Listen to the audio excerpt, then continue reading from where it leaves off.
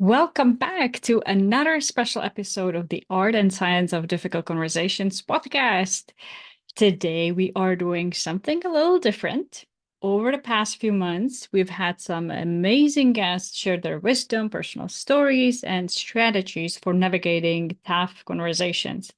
And as we reach a new milestone and are completing season 1 of our podcast, we wanted to take a moment to celebrate with you and revisit together the most popular and impactful interviews from season 1. Yay! And by the way, we are already recording some new cool episodes for season 2, so stay tuned. So, in this compilation episode, you'll hear from Andrea Horton-Meriçli, who shared about overcoming an imposter syndrome and on how do you find your own voice and find the confidence to be yourself. The next one we will share is interview with Stephen Farber, where we discussed how knowing different personality styles can make any of your conversations more impactful and effective. The third one today is going to be an interview with Tiffany Tang, where we explore how cultural and family backgrounds can actually shape the way we handle conflicts, and knowing that can empower us and make some new changes. And last but not least, an interview with Tahi Mateiko, where we explore what you should do first before you even have the difficult conversations with your partner, if you want to have a strong and good relationship with them. Now, whether you are a long-time listener or just joining us, I invite you to just sit back, relax, and get ready to revisit some of the most popular interviews and insights from our guests. And as always, remember to subscribe or share. If you have any questions or feedback for us, please let us know. We love to hear from you. Welcome to the Art and Science of Difficult Conversations. I'm Chris. And I'm Lucy, and we love having difficult conversations. That's right. And each week we'll either share a tip, hear how others have gotten better at difficult conversations, or demonstrate common difficult conversations and what to do and what not to do. Let's get into it. Welcome, everybody. Welcome. Today I'm joined by a special guest, Andrea. And I'm not going to do much because I want you to share with everybody kind of your story and how you got here. Sure. Yeah. Thank you, Chris. I'm so excited to be on your podcast. As you said, my name's Andrea. My last name's Horton-Meriçli, so it's hyphenated. I'm married to a Turkish immigrant, now a U.S. citizen. Yay! Nice. But growing up, I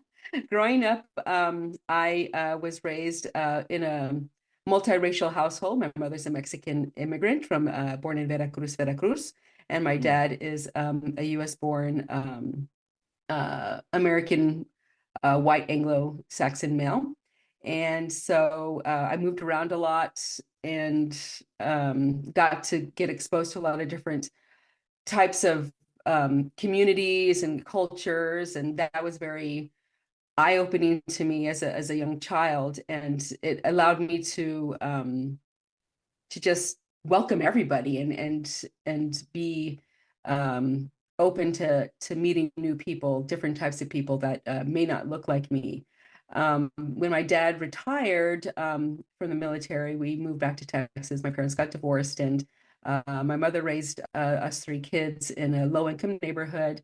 Sometimes I wonder how she did it. She never went on welfare or anything like that, but the household made like $11,000 a year. It was I don't know how she did it, but I don't want it. I'm just gonna but no, she's just amazing. She budgets extremely well, which I find a lot of immigrants are very good with their finances. But she came over as a child, and in a time where she was thrown into a native English speaking class. There weren't ESL classes back then, and so she was in that mentality of my native language is bad. I only should speak English, because every time she spoke her language, she would get punished in class. So we grew up not knowing Spanish, and I didn't realize my mother spoke Spanish until we moved to Texas when my dad retired. And as I said, we moved into a low-income neighborhood in El Paso, Texas. Shout out to El Paso. El Paso, and and I realized I felt like I didn't fit in because even though I had friends and everything, I didn't speak Spanish, so I wasn't Hispanic enough. And Mm. I didn't look fully white, so I wasn't white enough. And so I felt a little, I was trying to find my identity. And I didn't feel like I, as I said, fit in anywhere. But as I grew up and got older, there was a lot of challenges when I went to university, coming from a low income neighborhood where I excelled, thought I was doing extremely well. But when I got to university, I realized that there was differences in the public education system based on neighborhoods and districts and everything. And I struggled and ended up, I was also a working college student as well. So I was traditional, but not traditional because I went right after high school, but I had to work because my parents couldn't afford to help with the tuition and all. And I didn't want to take all the loans. So, but yeah, I struggled and changed majors a couple times because I felt I was trying, as I said, I didn't know where I wanted to go. I didn't know what resources were available to me. And it was just an eye-opening and frustrating experience, making me feel like, am I stupid? Am I not good enough? That's when I really started self-doubting myself. And um, I ended up moving back home and finishing at the University of Texas at El Paso, which I should have started at to begin with, because it was a smaller school, smaller university in the same University of Texas system, but it was what I needed. It was, as I said, it was a smaller school. Class sizes were smaller. You weren't a number. Whereas at this university I started at, you were a number, where there was classes of 300 to 500 plus, and did those weed out classes, and uh, it was just so wonderful transferring to a smaller university where you got to know the professors. They knew your name. They were there for support and all. Not that at larger universities they aren't, but it was easier for me to find the resources I need at the smaller university. And finished there, found myself after starting at grad school a little bit, falling into the nonprofit realm and working with individuals with mental and physical disabilities, um, helping them find employment, being their on-site work supervisor, training them, sort of like their job coach as well. Yeah. And I just really loved it. And then I transferred to Goodwill Industries of Central Texas, now Goodwill Central Texas, and did a similar stuff and just really loved it. And then I fell into special ed teaching, special education teaching, and became a dyslexia interventionist and really loved working with my kids. But I also found, because I just chose to work in low income schools, the type of schools I came from, that's when it was even more eye-opening to me, the differences and the mentality of some of the staff members. I hate to say that, but there was a mentality that not even the special ed kids, the regular ed kids, oh, they're not going to make anything of themselves, they're going to fall back into this cycle. And so it was very disappointing to me, and it made me challenge my kids in my class, my special ed classes, even more. Then they were resource classes, not the life skills classes, where there's more severe disabilities. The students I taught had more learning and emotional and behavioral types of disabilities, challenges, I should say. And so I really pushed them and to be their best, and they started excelling, jumping, leaps in reading and writing, and they more than one child. One of my students said to me, "Why do you care so much?" Because they as kids, they absorb everything. They're very observant, and they know how people think of them. And so if you're told something over and over and over again, many people, not all people, but many people, they're like, well, why should I even try? They fall into that that thing, like, this is what they think of me, so this is what I'm going to be. Yeah. And that's what they start believing on themselves. It's like, oh, I'm not good enough, I'm not smart enough, this is all I can do.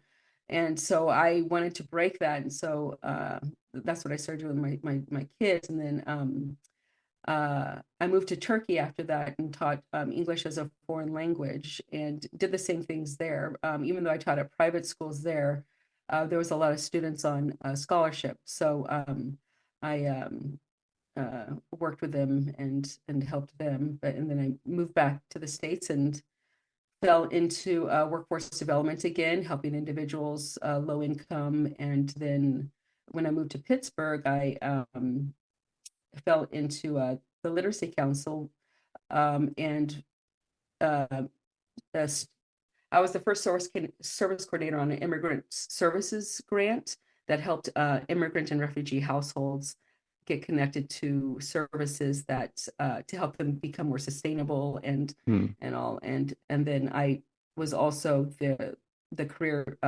counselor for all the students, not just our immigrant and refugee students, but the English-born students as well, who many of which fell through the cracks in the K through 12 system for many of the reasons I said earlier. And it was a shame because so many of them were very resourceful and so smart, but they fell into that mentality of this is all I can do. And of course, life keeps happening. And so they do have additional challenges and barriers that get in the way that prolong stuff. But during my time there and my time in workforce development and teaching special education, I got to advocate for the individuals I was working with and supporting. And as I said earlier, a lot of these positions opened up my eyes to the reality of, how can I put this? The one story that people tend to believe when they hear, when they decide, make up their minds about somebody or a population or different types of communities. And it's sad to say, but a lot of people fall into that one story belief because that's usually what they hear over and over again. And so these positions allowed me to advocate for these individuals I got to work with and educate others. So in my time outside of teaching and in my other positions, I got to educate different community-based organizations and professionals and sometimes service providers too, in how to work with, I guess you can say, individuals who don't look like you. Who may not speak the same language as you or are learning your language, have language limitations, and just work with them as humans, starting with the human-centeredness. And so I got to teach cultural diversity, cultural awareness, bias trainings and things like that. And it was just wonderful because a lot of the obstacles, especially at my time with the Literacy Council, that the adult immigrants would come to me with, that they were experiencing from community-based organizations, different organizations from the county, hospitals, things like that, were just mind-boggling to me, mind-boggling. I mean, even some of the federal agencies, I mean, we had a few students who their legal names were FNU. That was their first name. First name unknown, because even though they had their passports, some of them where they could tell the Homeland Security their names. I guess because of all the speed of processing and stuff like that, they weren't listening appropriately, so they would put FNU, and they could not change their names until they become a citizen. And so it's so FNU. I was like, FNU, the first time I saw that, that's a weird name. And it's F.N.U. And it's like, oh my gosh. And then the birthdays as well. January 1st, January 1st, January 1st, January 1st. I'm like, man, so many people born on January 1st. I was like, no, my birthday's April 7th. Or no, I was like, what? It's like, yeah, I told them, but they just put January 1st. And so that human centeredness and is just gone. and actively listening, and also, and I said that that's at the federal level, and even in hospitals, like the processes we would have to do to get more of our Uzbek clients and our Spanish speaking clients to fix the baby certificate, the names on their baby certificates, baby girl. Mm, That would be the first mm, name, baby girl, and then the last name was like baby boy. I'm like, or they would misspell the names, totally misspell the names, and it's a long process to get things like that changed, yeah. and uh, it's but things like this just increase my passion and desire to want to get into the DEI industry. I know that's a very long-winded answer No, to that's that one great. question, but yeah, so I decided, it's something, starting my own DEI consulting business was something I've been wanting to do for quite a few years. And last year I finally took the leap. And so I've been, working on this ever since. And Yeah. it's, I Fighting the mean, good it fight. just brings a lot of joy. Yes, yes. And working with great people, and networking with great people like you, Chris. And Yeah. um, yeah, it's just trying to spread the word of love. So That last story reminds me of in school, I feel like I remember learning about Ellis Island when they were processing immigrants, and mhm. they would just shorten last names or change Yeah, names just because they couldn't understand. They didn't want to bother trying to figure out how to spell it. yeah, So it yeah, it seems like it's just been happening forever. yeah, yeah. And it's sad because it's like people, because it also makes people not really know where they came from as Mm, generations right. pass. And because yeah, because your name is your identity. That's a big part of your identity, Yeah. Yeah. and to have it taken away from you like that, and you're not able to do anything about it. I don't know if back then, when Ellis Island was around, if there was processes to eventually change their name again, like there are today. But Yeah. I don't know. it's yeah, It's unfortunate. it Yeah, and I is, it agree. is. Name is so important. It just connects you with your family and your heritage. Mhm. Yeah. You said something also earlier in your experience that really resonated with me because about kind of you didn't grow up speaking Spanish, and Hmm. so you felt in between kind of two worlds. Those are my words, not yours Yeah. necessarily. Yeah. No, And it it's resonates with true though. I me. did. Yeah, it resonates with me because I'm a child of immigrants, and for everybody that doesn't know, I'm Chinese. So I I grew up here, but I grew up in a mostly white area. So to everybody else, clearly I was not white, so I wasn't necessarily part of that group. But also, I'm an American born Chinese, ABC. So I'm always Hmm. seen as not fully Chinese because I was born here and I don't know the language as Yeah. well. So Hmm. it's weird being stuck between two worlds. It How did is. you kind of navigate that? How did you kind of reconcile that being in between multiple worlds?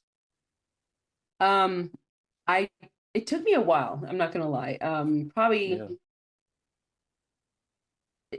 into college or maybe a little afterwards. I would say Mm, probably into college. Because even though as I said, I had friends and of all races, of all colors, of all religions growing up. Um, so I knew I belonged in that sense, but mm, I didn't know what my identity was. And I mean, I knew I was Andrea Horton, and I knew who my mother was, my siblings, my father, my family, and but in college, I finally, as I uh, got exposed to even more cultures and people from different parts of mainly the United States, but also the world, I realized it doesn't matter, um, what other people think of you, as long as you are happy with who you are, and you mm, bring your true self to the table, and you don't change to fit anybody's idea of what they think you should be, and or mm. what they want you to be. And if they're gonna, and as I said, it took me a while, and it's an, I wouldn't say it's an everyday struggle, but It's something I need to remind myself. I need to be true to myself because that's gonna make me happy. And I think being in ROTC helped me with that a lot. So I was in Yeah. Air Force ROTC at university and loved it. And but it made me realize, they yelled at everybody.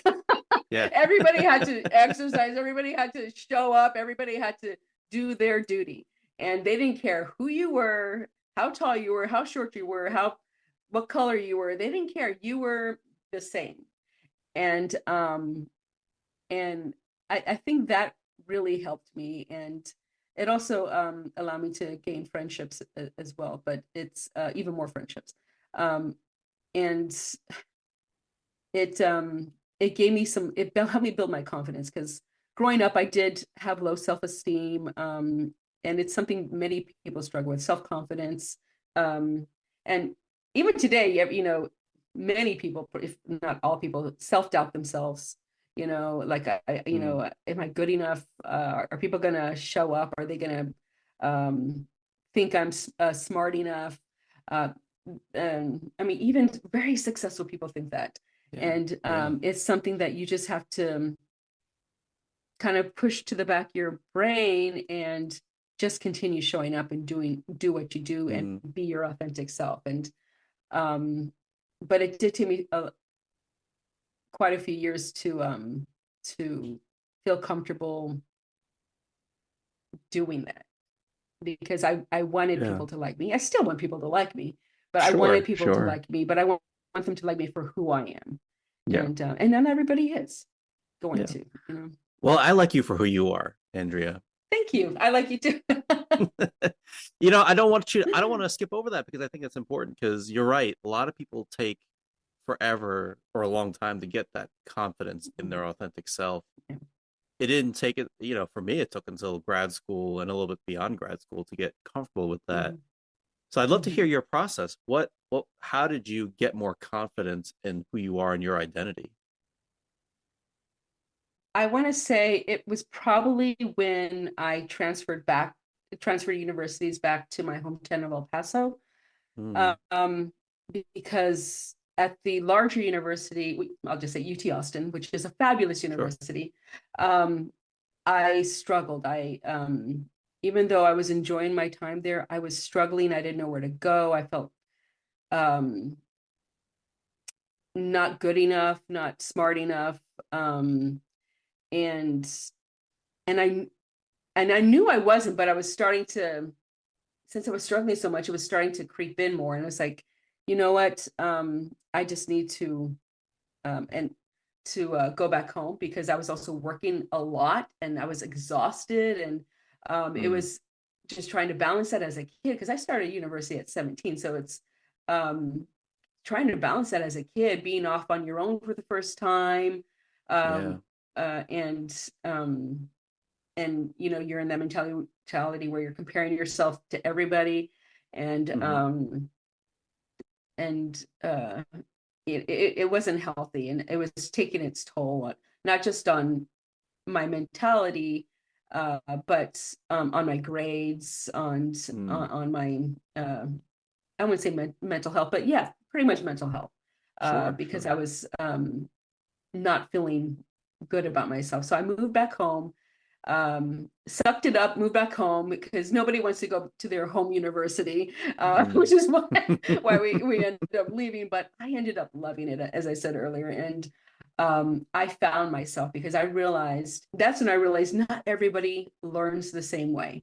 Not everybody, we're all different, and we need to find what works best with us. And as my grades started improving, and I was still working, but living at home really helped, because I knew I had a place to stay, and it just took a little bit of the weight off my shoulders. And as my grades started improving, and I wasn't a 4.0, but I had all the grades that transferred over, were kind of low. Mm. So I had a lot of work to do. And I ended up graduating cum laude, and I got into my graduate program the first time into physical therapy. And it kept building all that confidence. And I realized I am good enough if if I try, if I show up, if I ask for help. Mm. And that's what I needed. Like being at a larger university like UT Austin, I felt like I was drowning because there was so many people. Even though as I said, I loved the experience, I loved Yeah. everybody I met, but I felt like in my classes I was drowning, and I was my voice wasn't being heard. I was just a number. And since I didn't know all the processes, I didn't know that you could go to the TA or you could go. I mean, I didn't know this as a first generation student, and a lot of different things. And But at university, when I transferred, I got to talk to the professors directly, and they would give me tips and explain things if I needed further explaining. And it was just very healing in a way, because Mm. it's to my self-confidence and self-esteem. Because as I said, I started improving and gaining the confidence. It's like, oh, this is easy. I can do this, and I got this. And I started helping others too in my classes, and helping explain processes and different things. And that, when you are a tutor, whether it's an official tutor or unofficial tutor, that boosts your self-esteem. Mm. And teaching others and help being a resource for others. So that really helped with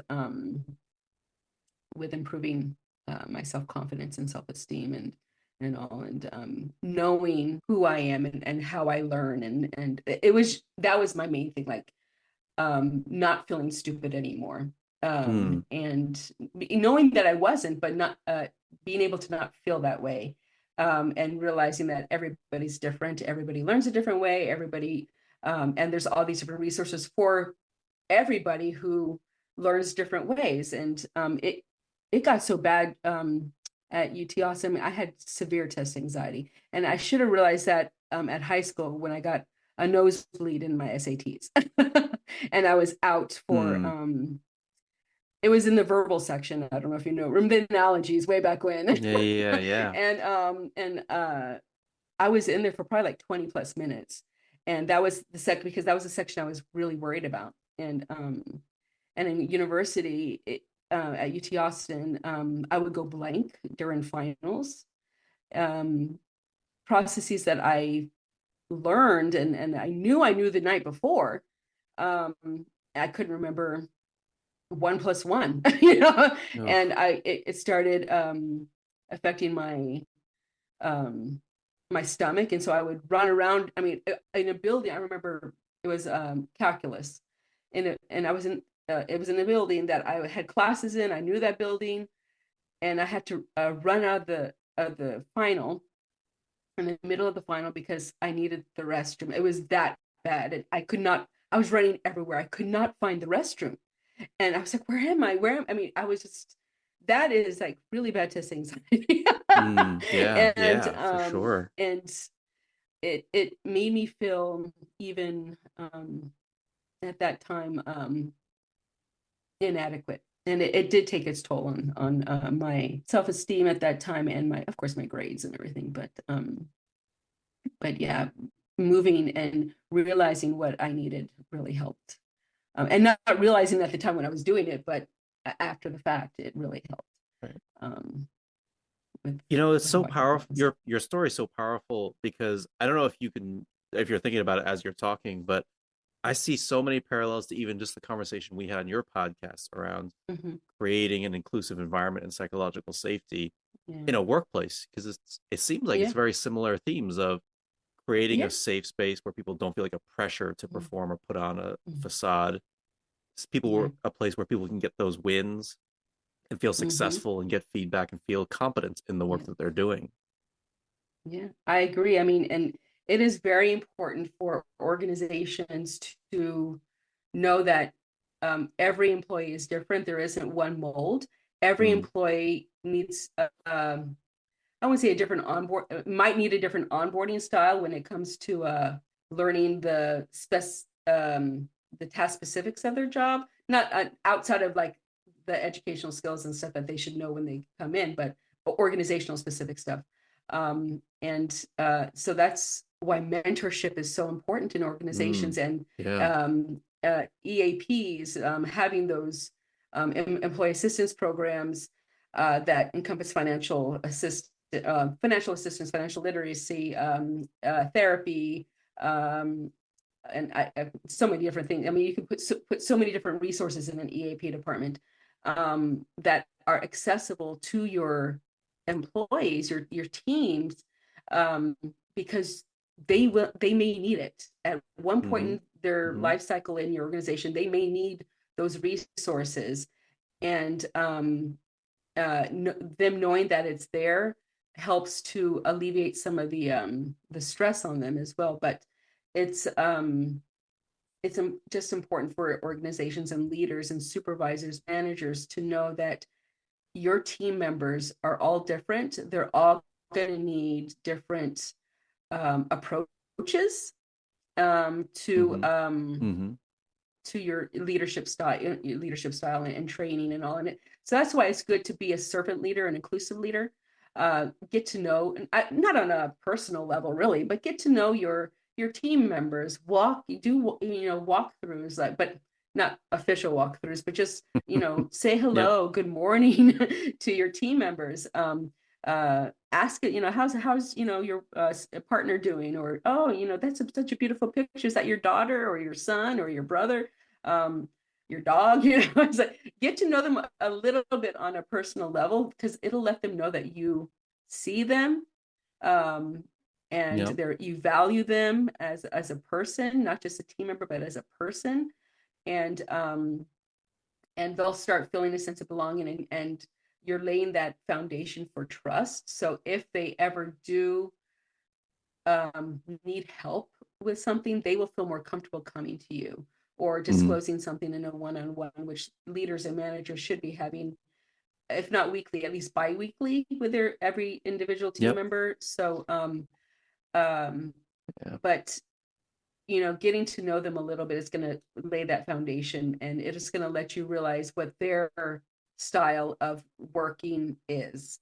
And they may just flat out tell you too, but many employees don't. So you have to get to know your team members a little bit, so you as a leader can recognize, like, oh, okay, this Amanda, I'll have to say, is more visual. So I need to make sure to have graphics and charts and stuff in my presentations, or in our team meetings. Or maybe she can, or they, if Amanda goes by they, can put those together so they can contribute to the team meeting. So it's like, being an inclusive leader is more about, this is my way and this is how it's going to be done. It can't be that way, actually. It has to be, we're in this together. Yes, I'm the supervisor, the manager, and like the captain of the ship, but and I'll go down with the ship. I'll take blame for things, because I'm the leader, and that's what a leader should do. They should never blame a team member when things go wrong, unless of course, I wouldn't say even blame them, but they're not doing their job. But it's just it's just so important to have that one-on-one time and with your team, each individual team member, so you can realize what their needs are, recognize what their needs are, so they can be able to perform their best, and that trust is laid down, and they can they know that you see them and value them, and they can then feel more comfortable to come to the workplace and be their authentic selves. Right.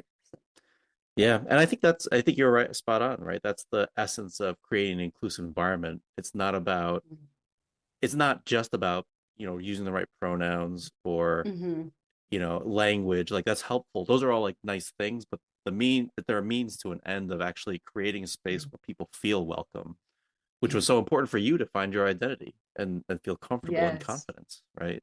Mm-hmm. Um, Yes. Andrea, I'd love to hear just 1 to 2 takeaways you have for anybody listening on how they can start finding that confidence to be their authentic self. Yeah. Well, one is know that you're not in this world alone. Feel comfortable to ask for help. Start with a family member if that's who you feel more comfortable going to, or a friend, but ask for help. You are not in this alone. They may know resources that you can utilize. And sometimes we just need to talk, so you're not in this alone. Ask for help, and seek out those resources, and connect with those resources. And another takeaway would be, know that everybody struggles. Everybody has that imposter syndrome, that self-doubt. It's natural. But you have to keep showing up. If you don't show up, if you don't try your best, even you might fail, but failure is part of the process. So show up. If you fail, assess what you might, what went wrong, and learn from that. But show up, because when you show up, people are going to see that. People are going to know that you're reliable, that you're trying, that you don't let anything stop you. So show up, keep showing up, even when it's hard, even when you're feeling inadequate. Because when you show up, that's when continuous learning happens. And then also takeaway 3 is, as I said, continuous learning. Never stop learning. Life is learning, because no one knows everything. CEOs don't know everything. That's why they have people working for them, because they have the answers. They don't know all of the aspects of the business. So nobody knows everything. So life is learning. Seek out professional development resources. There's a lot of free resources on the internet, webinars, Eventbrite, LinkedIn Learning, and other, Coursera even, and Udemy. But even books, literature and articles and stuff from reputable sources. Never stop learning, because that's how you're going to continue to grow and and do even better. And that's going to help your self-confidence as well, and self-esteem, because you're going to just keep learning new and different stuff. So, and I guess takeaway 4 is know that everybody has implicit biases. Not everybody's going to like you for your authentic self. Yeah. Never feel like you have to change yourself to fit in, because not everybody's going to like you. And you just have, it's hard, because as I said, I like everybody to like me, but not everybody does. So just know that, okay, they may not like me. They'll accept, like if I have to work with them, they might accept that we have to work together, but you don't have to like each other. Just like each other enough to get the job done, because you know that both of you have something to do in it. But never change yourself, never fit to the mold, never change yourself to the mold, to the societal norms. Be your authentic self, and be happy to be your authentic self, because that's going to help to continue. That's going to help increase your self-esteem and self-confidence as well. Andrea's just dropping gems here in this podcast. Really appreciate that. Love it. Thank you. Thank you. I love it. I'd love to just, how can people follow you? How can people find you? I was on your podcast, so I'd love for you to talk about that a little bit, but how can people follow you and find you and connect with you? Sure. Yeah. So I'm on LinkedIn at Andrea Horton-Meriçli. And that's Mericli. And I'm also on my company page, Diversifuse, is on LinkedIn as well. And I also have Facebook and Instagram and YouTube channel for Diversifuse. On YouTube, it's under Diversifuse DEI Consulting Services, but Diversifuse DIVE DIVERS. That's a long name. SIFUSE. So it's a fusion of diversity and fusion. So it's fusing diversity into another entity. So that's the name of my company. I also have a website, diversifuse.com. There is no www. There's none of that. It's just diversifuse.com. And then you can contact me via email at andrea@diversifuse.com. And as Chris said, I also have my podcast, which I started, I guess it's been about a month and a half or so now. And it's called Get Diversifused. So it's a play on my Diversifuse company because we're going to get Diversifused. So we're going to get fuse that diversity into our everyday lives. And Nice. you can find that podcast on YouTube. And I also recently started putting it on Spotify. Andrea, thank you so much for sharing being willing to share your story with me and with everyone here. And thank you for your thoughts and advice and your takeaways. Thank you for having me. It was, as I said before, and on Get Diversity, I love talking about this stuff. I could talk about it forever because I'm so passionate about it, and being human-centered is so important. Yeah, I love that. And so we'll drop all of her links in the description. Andrea, thanks again for being here. Thank you, Chris. Thank you for having me. Stephen, thank you so much for saying yes to my invitation to be our special guest on another episode of our podcast. Really appreciate you. And I am so grateful and joyful and really appreciate you as a friend for the privilege of having you as a friend. You've inspired me in many ways, and I truly admire your kindness and your growth mindset. And when I was thinking about what kind of guests I would love to see and hear on our podcast, you came to mind. Also because you shared some wonderful stories on your LinkedIn recently. And it was around having difficult conversations. And I thought, oh my God, Stephen, I need to see if he would say yes. And you did. So thank you. Oh, of course. Thank you. Now, what about if you share a little bit about yourself, and then we'll see. I will start asking some questions that I love to ask. And you ask amazing questions too. So the ones that really, poke at the core of my soul and help me answer. So absolutely. Well, Lucy, thank you to you and your partner for having me on. Very much happy to share value here. So a little bit about me, and I'm not a big fan of talking about myself, but I come from a background of kind of all over the place. I was one of those people who just kind of drifted through life, never really knowing what to do with myself. And there's a lot that went into still goes into my story. But basically, at some point, I asked myself, what is the problem with employee retention? Or rather, what is the cause behind things like the Great Resignation happening? Can it all be related to things like COVID? And of course, big events, big life-altering events like that do have an effect. However, when you really pull back and you look at the big picture, employee retention and engagement and satisfaction has just been an ongoing challenge for so many people. Asking myself that question and being someone who was a part of the Great Resignation, I stepped back and said, I want to be part of the solution. I don't want to be part of the problem anymore. And what I found through that, Lucy, and through a lot of great people who introduced me to other people, networking was a huge part of where I'm at today. I found myself in the, DISC styles training area, all around behavior and personality. And what I ended up realizing was that the majority of problems comes down to communication and how well or how unwell we tend to do it. And from all of that can actually come the solutions to things like retention, to engagement.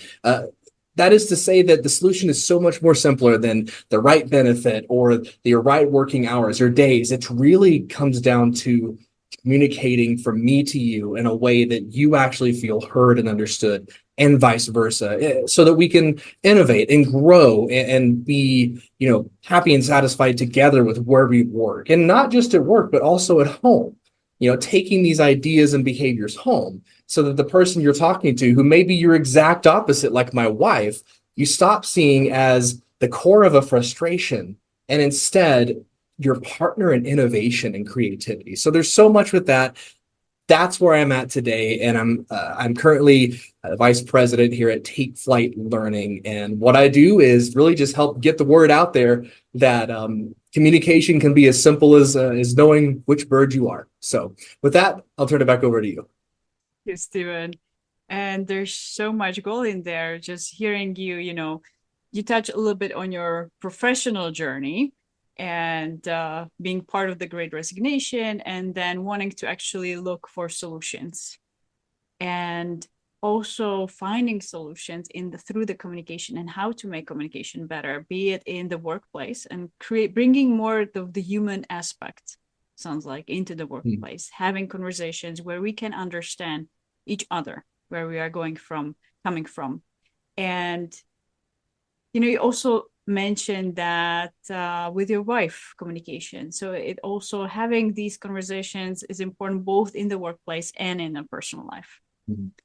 And now, as I ended on the personal life note, I'm curious, what would you say from your personal experience for you? What makes conversations difficult?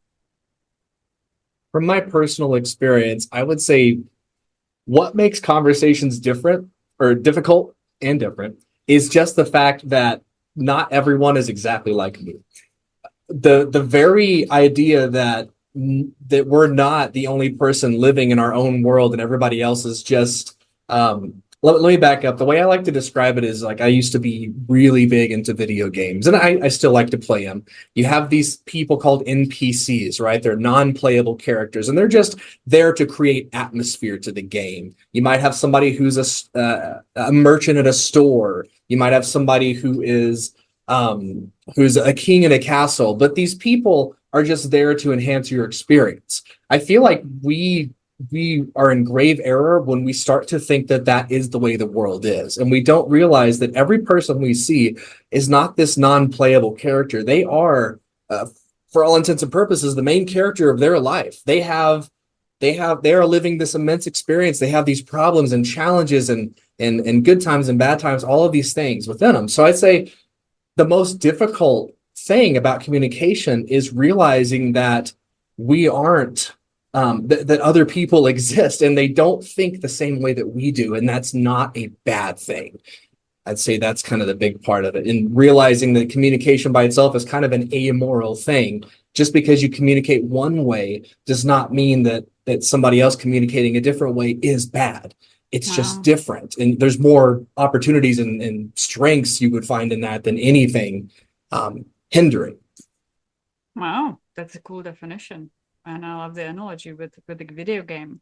And sounds like that also creating the sense of empathy and understanding for putting ourselves maybe in the other person's shoes, and seeing this is actually important to them.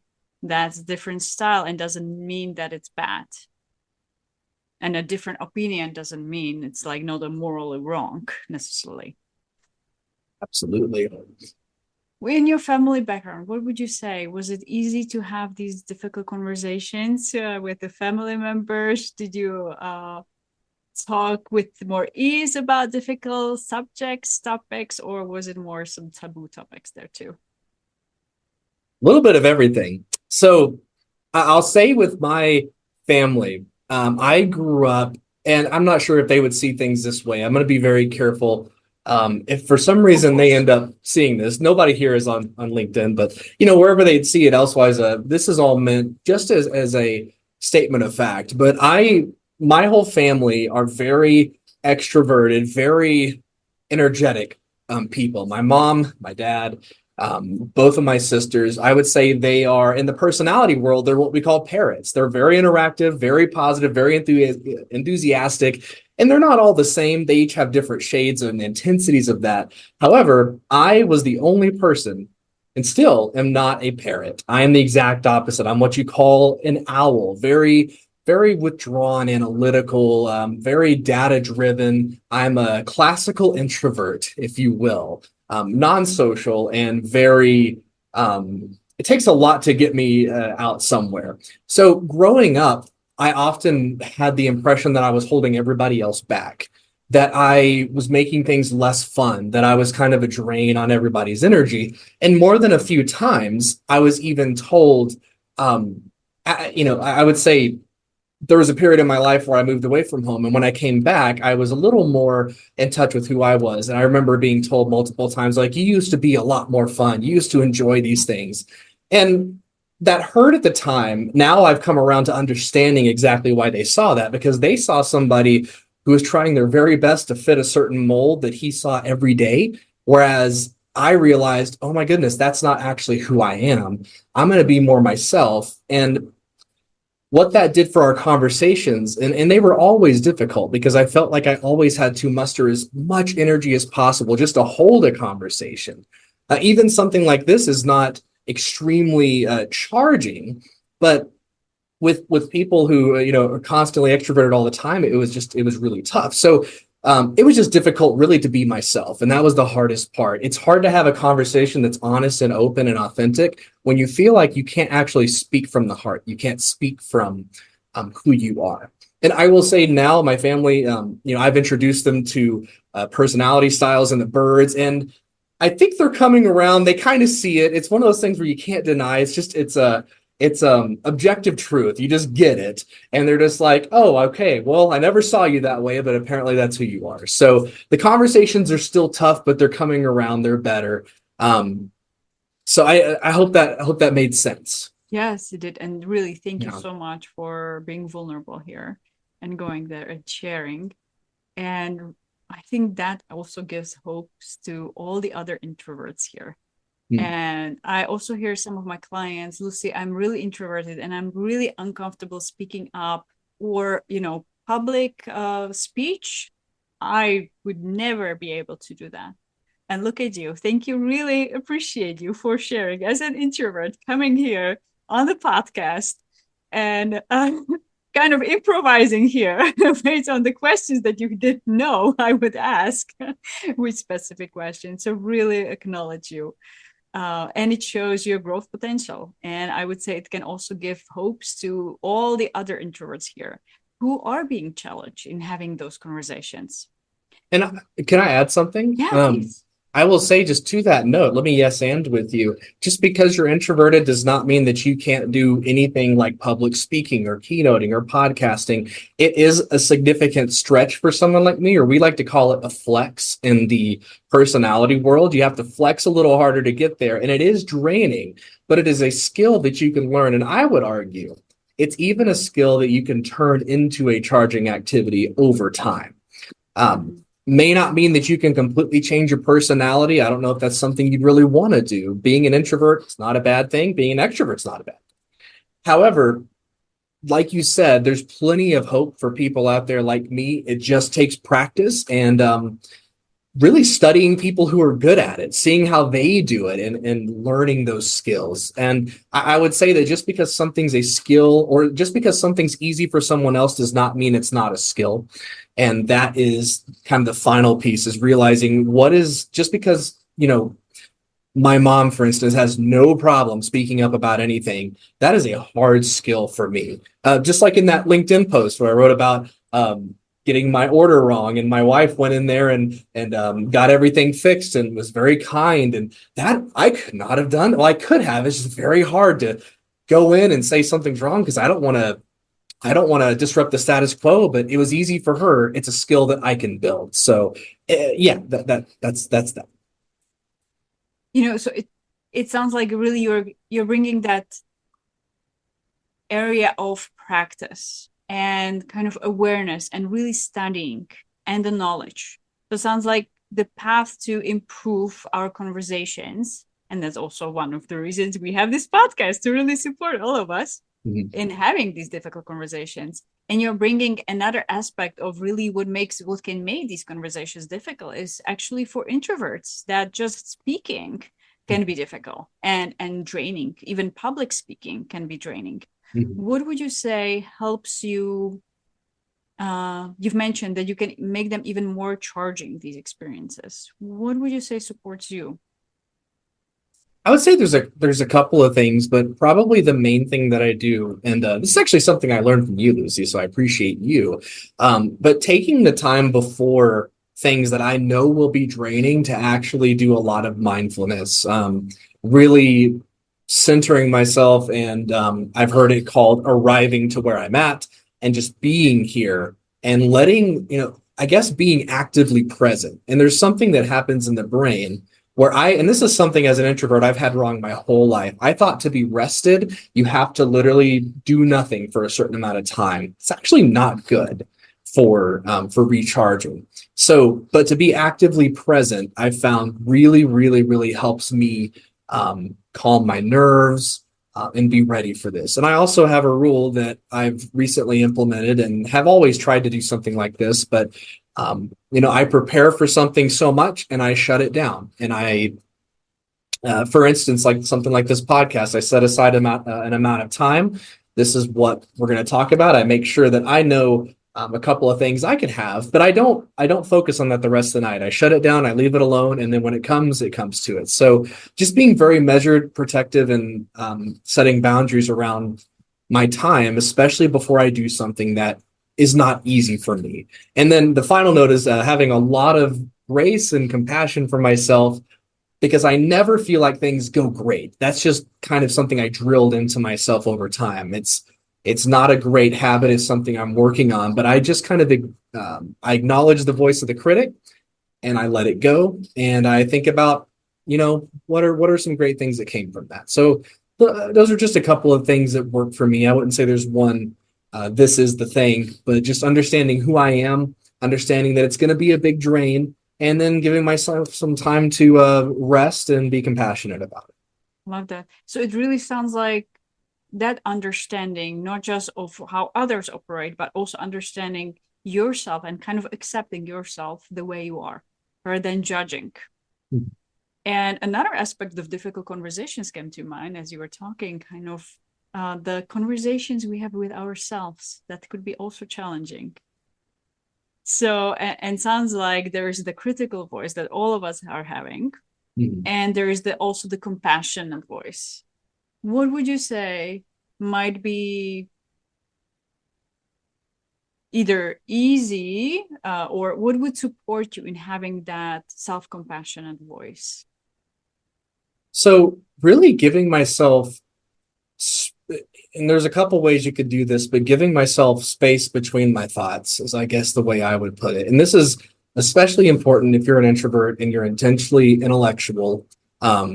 And what I mean by intensely intellectual is that you're always thinking, you're always here. We don't have a lot of space between our thoughts because you're going from one to one to one to one.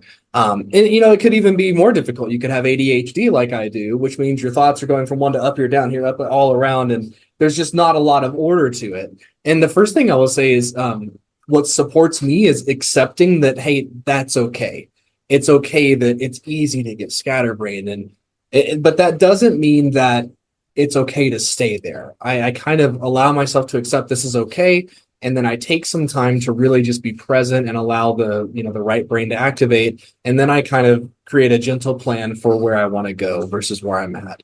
And then as far as the critic goes, and they're usually active the whole time, and mine is so condescending and hurtful. I just acknowledge that they're there. And I try to see if maybe there's a real need that's not being met, which is going to be for introverts, for owls like me, it might be not having enough alone time. It might be not having enough shutdown time. A lot of times because I want to be present with my family. And my wife is a parrot. My daughter is a parrot dove. They're both very social creatures, and I don't want to be this absent husband or this absent father. So sometimes it takes, hey, I need 30 minutes to myself here. I do that, and it allows me to be more present. So just there's a couple of things that you can do to support yourself, but that's what supports me. I love that. So really clarity about your own preferences, your style, and also your needs. Sounds like that conversation with yourself, in a way, asking yourself, what am I needing right now? Yeah, and just kind of letting the answer come up. I know what I do a lot of times is I ask myself a question and then I immediately answer it. And that never helps. It's like, what do I need? Well, obviously I need this. It's like, if it was that easy, we wouldn't get upset ever. I would say just asking myself what I need and then just really feeling those emotions. And I've learned that they're pretty clear if you listen to them. And a lot of times, again, for introverts like me, it comes down to you've had too much people time today. And for extroverts, it might be the opposite. You haven't had enough. You've been very isolated. You've been very disconnected. My wife is a great example because she is an extroverted style, but she has some introverted tendencies. So if she spends a whole day alone in the house, just busy, which, she loves to, knock out things left and right. So she can get isolated very easily. But because she's a little bit of an introvert, she doesn't seek extroverted things. But if a friend comes by and says, "Hey, girls' night, we're going out to the brewery," and it's hard to go, but if we can get her to go, she comes back charged and energized and just like, "Wow, I'm so glad I went out and I was social." So that's the other thing is if you know your behavioral style or your personality style or whatever specific profile that you want to use, actually think about what charges me and go do that, even if you don't want to, and you'll be surprised how much of a turnaround your day can have. I love that. So really knowing our tendencies, our preferences, our needs, and also the other person's. How would you say that kind of translates? We talked a lot about the personal life. How does it translate in the workplace, knowing these different personality styles? And how that can make conversations more easier or more effective? Right. I mean, there's so many ways. I mean, you take it from the personal life of just, I was reading a stat the other day on why most I can't remember what the stat like percentage of divorces, and I wanted to look into that a little more. And it's like, well, why do most people get divorced? And it came down to 3 or 4 main things. It was, do you believe in the same thing, like a faith in a God or a faith in God? How you handle your money, parenting, and there was one other, but those, I forget the 4th one, but those 4 things, if you agreed on those 4, you were vastly more likely to remain married for a long time. What I found interesting was personality style didn't have a lot to do with the staying together, but it had a lot to do with the initial attraction. So, and why I'm kind of mentioning that is you want to walk the line of thinking you don't have to be a certain style necessarily to do a certain job or to work with another person, but it does talk a lot about initial reactions and first impressions. And the interesting thing that I would say, the 4th one was awareness and acceptance. It's those 2. So the 4th thing is if you are accepting of that other person, and this is where personality is huge in this one piece, because my wife is so extroverted sometimes that sometimes I can feel like I'm watching a blur run around the house. That normally would really bother me. And I had to ask myself, why does that bother me? And it's because it's not something I would do. And so once you realize that, you kind of realize, there's not really a problem here. It's just me kind of unconsciously trying to impose my preferences, my style on this person. So moving it over to the workplace, here's where conversations can be amazing or absolutely destructive, is whether or not you decide to impose your style on the person who works with you. And I'll give you a quick example. Let's just say that you have a manager giving somebody feedback. This manager is a parrot. They're very extroverted. Actually, we've used parrot a lot. Let's say that they're an eagle, which is the direct, dominant, very bottom line style. And they're giving feedback to somebody who's a dove. And the dove style is the S style in DISC. We're supportive. I have a lot of dove. Lucy, I know that you have a lot of dove. We are great listeners. We're very sincere. We're caring. We care about how much you care is one good way to put it. Now, if you're an eagle and you're going to give feedback in an eagle style and you're talking to a dove, here's what could happen. You could say, Lucy, here's what happened. This is what I was expecting from you. This happened instead. We can't have these kinds of results happen. We need to be up here and you're down here. So I need you to do better next time. All right. This is what you're going to do. This is how you're going to get to it. Great session. Now, if you were another eagle, that might have actually been great feedback. That's the interesting thing, because eagles are very goal driven, very impact energized. Like, you know what? Yeah, you're right. This didn't work. Let's do this. Like, because they're chasing the goal. But if you'd say that to a dove, you just came off as somebody who only cares about work, does not care about them, could care less about how they feel about how you're talking to them, right? And you can move this back to the family space. If you're just talking to your spouse who's an eagle, you're talking to them like a dove, and you're saying, you know, I really appreciate that you're always present here and you take care of us, and you know, you're such a wonderful impact on this family, and everything that you do really speaks volumes. This eagle's like, okay, I get it, but you know, what has that done for us? Like, and think about that. That was such a nice, wonderful thing to say, but you're kind of speaking in a different language. So, and this is not to paint the picture that eagles don't have emotions or empathy. Like, that's not at all. Eagles are just more task driven versus people driven. So speaking, you know, and let me pull myself back in here. Let's go back to the example of the eagle employee giving feedback to a dove. This is how you can change that. If you know that this person is a dove, but you want to give them important feedback, this is how you might reshape that. Like, Lucy, listen, I just want to say from the bottom of my heart, you are such an amazing employee. You've affected all the lives here. I personally feel like the workplace is just brighter with you here. You really make an impact. What you say matters, and I look forward to really just continuing to work with you. So, hey, I know I don't want to make a big deal about this because I know how you feel about that. I just want to say from the bottom of my heart, thank you for what you do. Now, there are some things that I really want to focus on this year, and hey, I'm going to help you walk through this. You know, I'm going to hold your hand the whole way. We're going to make it through together, and we're going to really, really do a great job on X project, whatever. And as you can see there, for an eagle, you just got to use a little more of emotional language and really soften your tone. So I say all of this to say this is how important it is. If you know who you are and you know the other person's style, you go from speaking a completely foreign language to them to the language that goes right to their heart. And you're able to actually motivate that individual.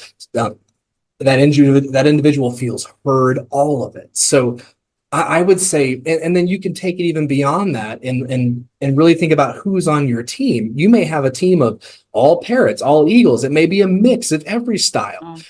You might be the dove manager who is managing a team of eagles. Like, no wonder you're so stressed out. They move at light speed, and you're just trying to methodically put things together. So knowing who you are, who they are, and then understanding that crucial point of how do you flex to meet them where they're at and speak their language is the difference between actually communicating and not communicating at all. We're talking offending people, just trying to communicate well. So I'd say it also goes a long way to making a workplace psychologically safe or psychologically abhorrent as well. So yeah, wow, a lot shared. And it really comes back to really understanding ourselves, increasing that self-awareness and awareness of others, which is kind of the emotional intelligence part of that. Very important part. And accepting ourselves for the way we are. And at the same time, it doesn't mean we are just going to say, well, this is how I am, this is how I communicate, but actually really flexing our muscles and knowing that we can learn those skills to make the conversations, make the feedback giving, and even possibly receiving much easier and actually more productive experience. Absolutely. And I would say one last example to share is I used to think this when I first started learning how to flex personality styles and speak like somebody who's not you, is there's that feeling that maybe you are being deceptive or you're trying to be shady. But here's the thing is you never have to worry about that because you're always going to be who you are for the most part. I once did a facilitation for our Taking Flight with Disc program, and we had a group of owls who were we were having a lot of fun. It was a group of adults, grown adults, but they were drawing this beautiful picture on this big poster board of what a party would look like in the parrot world. They were just drawing this party, and as you can imagine, there were colors and streamers and lights and all kinds of crazy stuff going on. And the parrots thought it was great. They're just like, that's exactly what a party would look like. versus an owl party, which would be more organized. Actually, owls probably wouldn't be at the party. That's just bookstore. me. Yeah, Bookstore meeting, Barnes and Noble would be a dream party for me. And don't surprise me either. So introverts, right? But here's the cool thing is in this picture they drew, the owls had actually put labels on every food item. Everything was organized. Everything was very, very, angular and defined. So their personality still came through. But what they proved is that they can actually think like someone who is not them. So the cool thing about it is if you start talking to somebody in the way that works for them, unless you just have absolute contempt and there is some arguments that certain personality disorders make it very hard for people to do this, but in all intents and purposes, for someone who is able to do this, they're going to notice that you're trying and they're going to feel that you're attempting. So even if you're terrible at it, which I would say I'm still not wonderful at it, it doesn't take much to have somebody see that you're trying to connect. And if you do it in a way that makes sense to them, they are going to open their arms and say, this is awesome. And then you go from fighting to collaboration. It's very fast. It's going to happen very fast. Yeah. It's amazing. It really shows, it's flexing our styles. It's not a way of not being authentic, but it's more like speaking the other person's language. Right. And I would argue it's even more authentic because you are authentically trying to do things in a way that is important to this person. And you may not be great at it. It's, I say flexing because it's a muscle like any other muscle or mental muscle. It gets stronger with time, but it's not perfect. So you're going to come off as more authentic in a way thinking that you're less authentic. But the key is you're actually trying to be empathetic. And that's what speaks to anybody regardless of style. Empathy is a universal language for sure. That it's like really shows we are trying, just like a foreigner tries to speak the native language, let's say. Absolutely. And having an accent, but at least there's an effort, right? So that's appreciated. So just like learning probably about the styles and how to flex the kind of the muscles in a way of different styles, how an introvert can learn to speak publicly with more ease, to speak in front of a lot of people, and maybe to even speak up for themselves where usually they would be silent. That it is possible actually to do that through practice, sounds like. And just like we are learning a new language, at the beginning, it takes time and it might be challenging and we make mistakes. And the more practice we have, the more we can, the easier it becomes actually. Right. Any final words before I invite you to share some links or anything that people can find more information about you or about how to learn about the personality styles and the birds? Sure. I'll end with this because the topic is around difficult conversations. And I will say that, just like what we've been talking about today, a great way to get on the path to meeting people where they're at and making conversations easy is something that we coin in our training is that the fastest way to meet your own needs is to meet the needs of someone else first. So I would say that if you're having trouble communicating with someone, let's just say it's an employee that works for you, it's your direct report there, and you can't seem to get this person to move or to work or whatever the problem may be, I would say ask yourself 3 total questions here. The first would be, how would I want to do this job? Which is kind of answering the question of what is your style? And, you could even, I'll share some resources here shortly. You can go find out what your style is, but really ask yourself, how would I do this? And then ask yourself, how are they doing it? Or rather, what are they not doing that's really, really getting to me?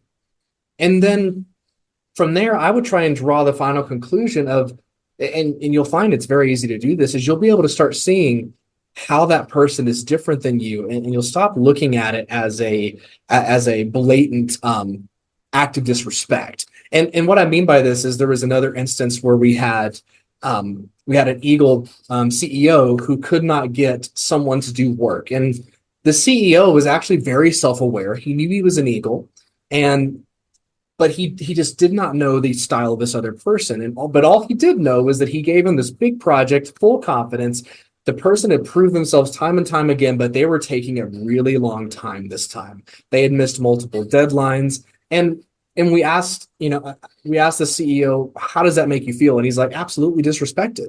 I've given this person an amazing opportunity here and they are letting me down. And I don't know what the next step is. It might be time for disciplinary measures. And then, you know, comes to find out that this person is an owl. The reason why they're taking so long is because they're so quality driven and they feel the weight of this responsibility so heavily that they absolutely do not want to make any mistakes. And this is not to justify either side, because the project was behind. It needed help. However, for sake of making it perfect, the owl was taking too long. So the coaching advice that we ended up giving was, you're going to basically help this owl meet him in the middle. Let him know that you're so happy that quality means everything to him, because this cannot be done incorrectly. However, there's also deadlines to be met. So let's explore some other ways to where maybe we can still meet this deadline. Maybe it needs to move back a little further, but actually helping this person streamline towards the goal, breaking it down in a way that is digestible for someone who likes details and quality, but making sure that the push for quality is not to the point where you get into analysis paralysis. And what ends up happening in situations like those is everybody wins. The quality is high enough to where the person who's working on it is proud of it, and the product or service gets pushed out in a respectful time method. And we see time and time again, going back to video games, there was a video game that got released a while ago that and if you like games, you know which one it is. And it was so highly anticipated, and it crashed and burned so hard to the ground because it still probably needed a good 5 years. But for some reason, there might have been some eagle energy there at the top that was like, we got to get it out now. Let's get it done. Yeah, I left it out and it just wasn't checked. We had disagreements. You probably have the owls going, you know what? Fine, you do it. See what happens. The way that could have been helped is maybe they could have done it in 2 years. Maybe they could have met those deadlines and stuff. So you see things like that happening. You see the results. Hindsight is 2020. But overall, the advice I would give is, check in with yourself. Who are you? How do you work? How does this other person work? How can we meet each other in the middle? And I would say a good starting point is knowing your personality style. In the Taking Flight with Disc world, knowing which bird you are. Love that. Thank you. So many takeaways.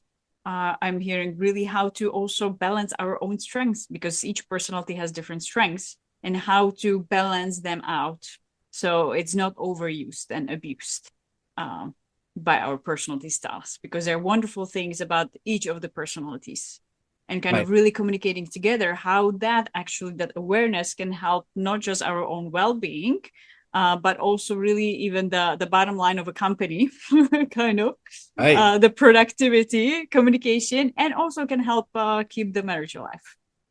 Absolutely. Well said. Absolutely.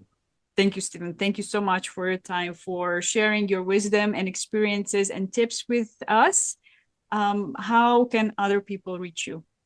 Sure. So I'll give you 2 ways. I like to keep things simple, and that's a skill because us owls don't enjoy simplicity. We love the complex, but there is a lot of wonderful piece of the simplicity. So, look for me on LinkedIn. It's linkedin.com/in/Stephen Farber. And I'm sure Lucy's going to put that up here for y'all to see.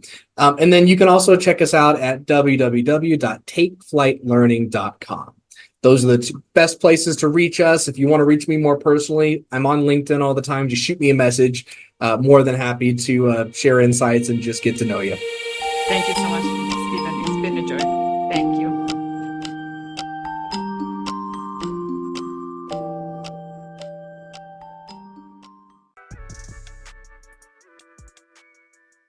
Today, we have a real special treat for you. This is somebody I grew up with. This is somebody that I spent a lot of formative years with. And after high school, we kind of went our separate ways, and she became just a big-time financial tech executive. She's doing her own thing, blazing her own path. But what I think is interesting is we both grew up in an Asian church. We both grew up children of Asian immigrants. And so that comes with a whole host of things. And so, Tiffany, thank you so much for joining me on this podcast. Chris, it's a pleasure to be here. It's great to reconnect after almost 2 decades. And I'm really excited to have this conversation. Yeah, and you know, I've followed you for a while because we're still friends on Facebook and LinkedIn, so I know you've been doing amazing things. But do you want to give just like a quick, you know, Cliff Notes version of kind of where you've been and where your journey's taken you over the past 20 years? Sure. So it's so funny because that was almost 18 years ago.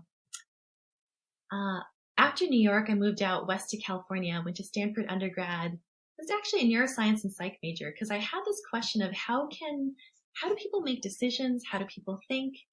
How do people become who they are? And I ended up going into business, of all things, which is largely the discipline of how people make buying decisions. So that's kind of the connection.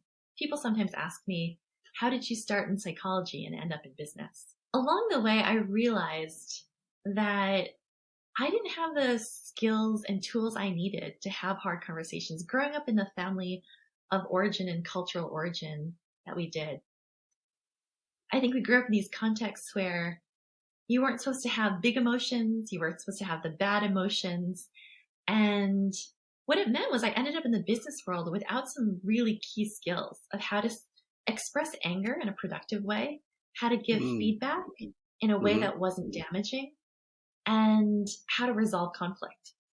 So in the 20 years since we've spoken, I've been on this journey of how to build up my own toolkit of how to have better conversations. And I usually apply this in the business context, but I've also used this a lot in my personal life.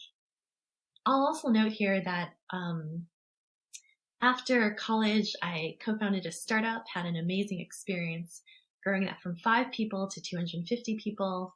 I was 26 and I had 45 direct reports. And so I had exposure to workplace conflict really early because I was in management really early. And I ended up taking a conflict mediation certification. That's, you know, I'm wondering, what did your parents and your family teach you about, you know, you said you weren't taught much about giving feedback or having those hard conversations. Was it ever explicitly told to you how to behave in conversations? That's such a great question. I think there's what's said and then there's what's modeled. Like what is a lived experience? And then what are some of the really specific experiences that you've had growing up? I remember this one time I was crying about something and my mom was really upset that I was crying. And she said to me, stop making that awful noise. And so I began to silently cry. And so pretty much from that moment until I got to college, if I cried, I silent cried. I just tried not to make any noise whatsoever. So that just gives you a small glimpse into the experiential nature of what I experienced around conflict and emotions. I think growing up in the Christian church and in my family of origin, there's a pretty big emphasis on the good emotions, being positive, being happy. There was a lot of, you have so much to be thankful for. You should be happy. Like that's some of the immigrant narrative. There's some of the Christian narrative of, well, God has made everything better. So there's nothing you need to cry about. There's nothing you should be unhappy about because God can fix everything. And that wasn't my felt reality. My parents had a lot of conflict and they dealt with it by shoving it under the rug. You know that I come from a family of 3 girls and I'm the youngest. And when I was 17, my parents were facing empty nest syndrome, where I was their youngest child. I was finally going to head off to college and they would suddenly have to face the conflict and the relationship that they had been stuffing under the rug for a decade. And it all just exploded my senior year. Oh, wow. Yeah. I got kind So of. then when you say exploded, was it like visible, like outward physical expressions of yelling or other aggression? Yeah. Totally. I would say that, I mean, genuinely to use the metaphor, it's like for a decade, they had just kept, maybe even 2 decades, they had just kept shoving all their arguments into this, like, we'll deal with it later. And suddenly they reached that point where it was later and they had to deal with it because me and my sisters, this big project they've been working on for 20 years, they actually needed, it was going to be done. And then they needed to look at their marriage and look at each other. So there were a couple things that would trigger them into fights. And then they would, have these fights. Usually one parent yelled and the other parent just kind of took it, which was painful to watch. And then I ended up being triangulated between the two of them, where I would talk to one parent, they would complain about the other parent, and then I would switch. The other parent would then complain. And sometimes I tried to mediate, and I just didn't have the skills to do it. I was 17. Yeah. I learned that big emotions were scary, were dangerous, and were relationship ending, because the things that my parents said to each other were so toxic that I remember going to college and thinking, if two people can love each other so much and still say such hurtful things to each other, what is the point of love? So, yeah.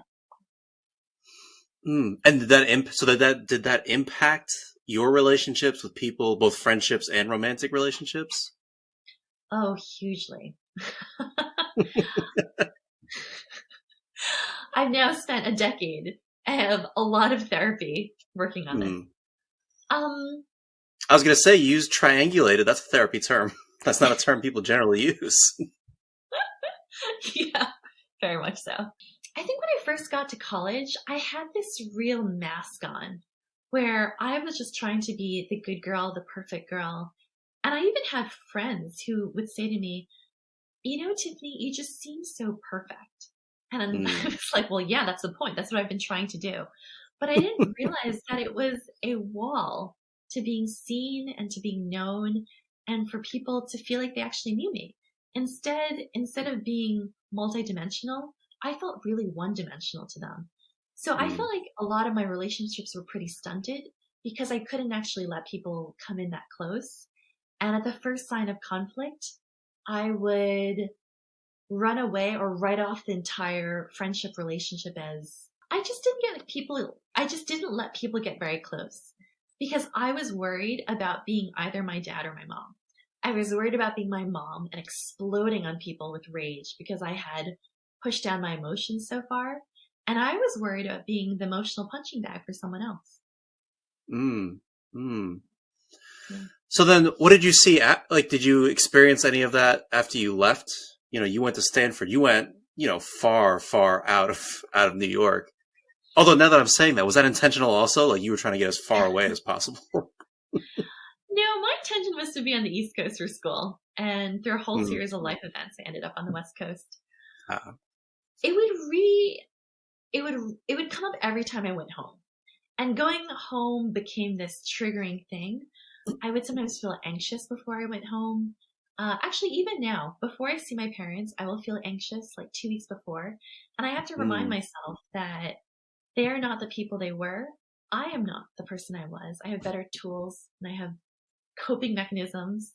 Our relationship has evolved a lot over therapy. I've worked out a lot of my issues with my parents.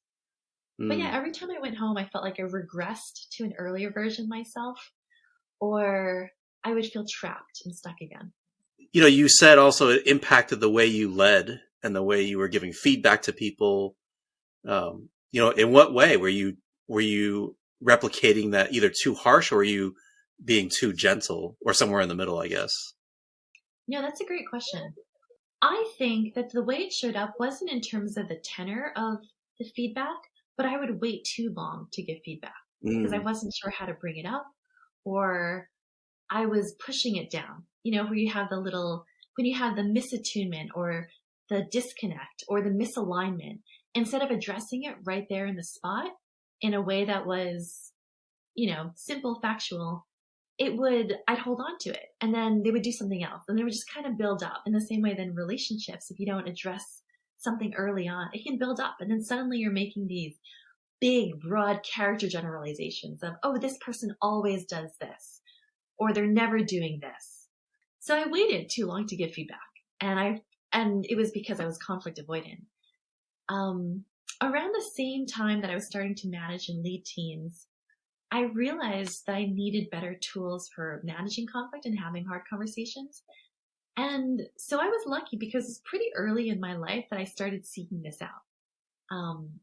I took the conflict mediation certification at Santa Clara, which is a 40-hour certification to really understand how do you navigate conflict? How do you de-escalate it? I took leadership trainings on how to give feedback. First, I learned the feedback sandwich, right? Positive, negative, positive. Yeah. And then, which people start recognizing. They're like, oh no, she just said something positive. Yeah. Something negative is going to come. So I've evolved from there. And I think my current framework now is to talk about actions, impact, and what I'd want to see in the future. So I start to say, so I first describe the situation and say, oh, when this happened, this is how it impacted me. And what I want to see in the future is something more like this. How does that land with you? And I also check in with them to ask them about their reality. I think this is one of the things I learned from my parents' conflict, that there always were two sides to a conflict. There's one person's narrative and the other person's narrative. And I brought that into my management. When two people were having a conflict, I knew there was always two sides of the story. Or when I was having a problem with one of my direct reports, I knew that there were two sides to the story. There was my narrative, and then there was the narrative of my direct reports. And being in therapy helped me to be curious about the other person's narrative in a way that I couldn't when I was 17 or 18. Yeah. I'm interested, was there a specific situation that finally broke the camel's back that said, I need to do this? I need to get this training or this certification? Yeah, it was my first relationship after college. I had a fight with the person I was dating at the time. And I just realized I sounded exactly like my parents, the whole interaction. And that's when and this was around the same time, I think I was 24, 25. I just realized that if I didn't do something differently, I was going to relive my parents' patterns. And it was such a complex mix of emotions: shame, guilt, anger at myself, anger at the other person, anger at my parents, resentment. And yeah, so that's really what started my journey in therapy. Yeah, that's awesome. Well, it's awesome that you had the insight to even recognize that, because that takes a lot of people a long time to even recognize, like, hey, there's a problem here. I need to figure this out sooner. So that's awesome. So you're developing these skills, you're working on them. What about when you came back to your family? You said, therapy helped you kind of manage those relationships better. Were there specific skills you saw were like super helpful with your family? Yeah, totally. So first, in classic overachieving fashion, I first tried to fix my family. Yes, Did it yes. for a couple of years, and it didn't work well. Then I evolved and had a little bit more maturity and said, actually, the best way for me is to actually to be the version of the person I want to be, which is someone who takes a beat when I feel myself getting really heated, who listens well. You asked this question about what were some of the skills. One of the skills that has been super helpful is paraphrasing, which some people learn as part of clinician training. I took a class, and so I learned the skill of paraphrasing, which is where you repeat back to the person what you've heard, and then you check for comprehension. You say, did I get it right? Because, again, as we said earlier, there's two sides to every story. And I obviously know my side of the story. What's missing is the other person's side of the story. What's missing is finding out what was the original need that was missed. So this is a skill I learned in conflict mediation training, to identify the original root need that started the whole conflict cycle. And one of the things I would do when I was with family and we were having a fight is I would first slow down. That was super important. Then I would try to focus on that original conflict and literally ask questions until I figured out what was the original need that was missed. And it required putting aside my own emotions, my own need to be right, my own desire to defend myself, which therapy really helped me, because I knew that I would be able to sit with my therapist, talk about all the ways that I was right, and and I had my own space to be heard. So yeah, I would say needs identification and paraphrasing. That made the person on the other side feel heard, and it helped us break through the logjam where conflict usually goes. One of the tips that was super helpful for me when I was taking my conflict mediation certification was learning not to use the universal language of saying always or never, because I would find myself doing that all the time. Or the person who I'm having the conflict with would also do that. And I would say, hold on, let's go back to the original conflict. And before we bring in stuff from the past, let's just stay here with this moment. Now, what's striking me though is I grew up in an Asian family as well. And so how did they take the shift in how you're, because it's a major shift in how you're relating to them, having the conversation, asking questions, like that's a big shift. You know, how did everybody in your family react to that? Great question. From my laughter, you can tell that it was mixed. My family has had time to adjust. I've been in therapy for 10 years. I'm sure they started noticing that I was showing up differently within 1 or 2 years of therapy. And of course, there was the active proselytizing I was doing around how they should all go to therapy to become better people too. I mean, we should all go to therapy. Therapy is great for everybody. I 100% agree. I think it's amazing. I'll tell you this funny anecdote. I went on vacation with my parents last summer, which is a milestone mark because I think younger versions of myself wouldn't have been able to do that. We were traveling for 15 days, and the first 5 days we were all quarantined in the same tiny London flat. So, and we made it without killing each other. But the moment for me was I had decided I was going to really show up as who I fully am, which is some combination of executive Tiffany who's been in therapy, Tiffany who's a conflict mediator, and Tiffany who's become really direct, because in the Western individualist corporate world, you do need to be direct. And I was talking to my dad about something, and I said to him, Dad, I'm just going to be blunt here for a moment. And then I launched into what I was going to say. And at the end of it, I said, how did that land on you? And he said, you know, Tiffany, I mean, at this point in my life, I really see you as American. You're not even Asian anymore. And so I would say that for my parents, they appreciate that I've learned new skills. Sometimes the disconnect is hard for them. I act in ways that probably aren't familiar. And what's lucky or what's good is that we have enough trust built over years of relationship, of me showing up and putting in the effort, of me listening, that they know that I love them. And so that makes it a little bit easier. Obviously, adjusting to then again the Western way of kind of how in a professional setting is different as well. Did you find you had to overcorrect a little bit to, I guess, fit in, quote unquote? Oh, yeah. One of the things that I learned probably in undergrad was how in different cultures you have a different amount of pause after you finish the sentence. And so in East Asian cultures, you usually wait for the person to finish. There's a pause while you wait to see, and then you either keep going or you stop. Whereas there are certain Western cultures where before you even finish your sentence, the next person has already jumped in. There's like a negative 2 second pause.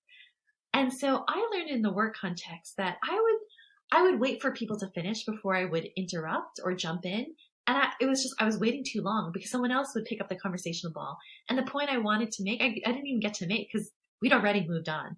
So I had to learn to jump in negative 2 seconds. As a person was starting to finish their sentence and trail off, I would make a motion, gesture, or start to speak so they would know that I had something to say. I was visually and auditorily signaling that I wanted the conversational ball. That's so interesting because as a person that does training and kind of in the learning development sphere, I feel like a lot of the best practices in companies are to have more silence now, to add that silence back in before you respond. Yeah, I think that's a really wise evolution and movement. It's great for the introverts and it's great for people of different cultural backgrounds. Yeah. Yes, the introverts, for sure. You know, the hard part about this always is, I think you referenced it, is building the courage to even try out the skill. You have to actually do it. How did you overcome that gap of, you know, that anxiety of, I don't want to try this out because I don't know how it's going to work out, and just jump in and I'm just going to do it? When I was in undergrad, just for context, prior to undergrad, I was that kid who did everything right. And I pretty much worked my ass off to make sure I did everything right. What I didn't realize was that I had grown up with a fixed mindset instead of a growth mindset. And I first encountered the concept of growth mindset in undergraduate. So there's a Stanford professor, her name's Carol Dweck, and she wrote this book about growth mindset, which basically says, the fixed mindset says you're born with a certain amount of intelligence, you're either smart or you're not. Whereas the growth mindset says no matter where you start, you can learn and you can grow. And failure is actually part of the learning process. That's how you grow. I came from this risk-averse, failure-averse immigrant mentality because it was super costly for my immigrant parents to make mistakes because they didn't have a lot of margin. They didn't have network. They didn't have savings. But I do. And when I learned about growth mindset, I felt like it really unlocked me. So I began to reframe all of my hard conversations. Instead of, if the conversation didn't go well, I started being like, well, that was one data point and this is what I'm going to learn from it. I think if I hadn't learned about growth mindset, it would have been a lot harder to take risks. It would have been a lot harder to practice new skills. And just to say it, it is always a risk. Every time I go into a hard conversation, no matter how much I prepped for it, no matter how many times I practiced it, no matter what I've done to prepare, there is still a little bit of anxiety. But what moves me forward is the belief that if we can have a better conversation and if we can move through the conflict, the relationship will go better, whether it's a work or a personal relationship. It's certainly a more common accepted thing that to think of conflict as a good thing. I'm interested, what do you before we were talking a little bit about kind of the political landscape and, different people's beliefs, and then racial justice, we hinted at that as well. What do you think about those types of conversations also? Because those are ones that don't necessarily have like a really clear ending or beginning. They just kind of go on, and we could still find people's innermost goals, deeps, needs, wants, and it's still not necessarily going to change a whole lot because they're in there. So what are your thoughts on when you approach those kind of conversations? So I've been on both sides of these conversations. I remember in undergrad, I was part of this group called InterVarsity, and I first started having real conversations about race with my friends in InterVarsity who were not Asian, and some of them hadn't grown up in America. Some of them came from really different backgrounds. And I would say in those early conversations, I realized how much I needed to just listen and listen to their reality. So now I find myself in conversation with family and friends and coworkers who may not have had the same level of conversations about race. It may be their first conversation about race. They may not have had friends who close friends who are from different ethnic backgrounds. And honestly, it's still the same thing. I need to listen to those family members and friends because when I talk at them, it doesn't go well. I know this. I have several family members who don't see the world the same way I do. And talking at them hasn't helped at all. I've tried. I've tried to give them stats. I've tried to explain my logic, but ultimately it's not about stats or logic. It's about people and stories. And if they don't believe that I'm willing to listen to them and hear their reality and their lived and felt experiences, they're not going to trust me or the things that I'm going to say. I think that's one of the biggest things I've had to learn is to not try to focus so much on reasoning or logic or try to out logic somebody else. Yeah.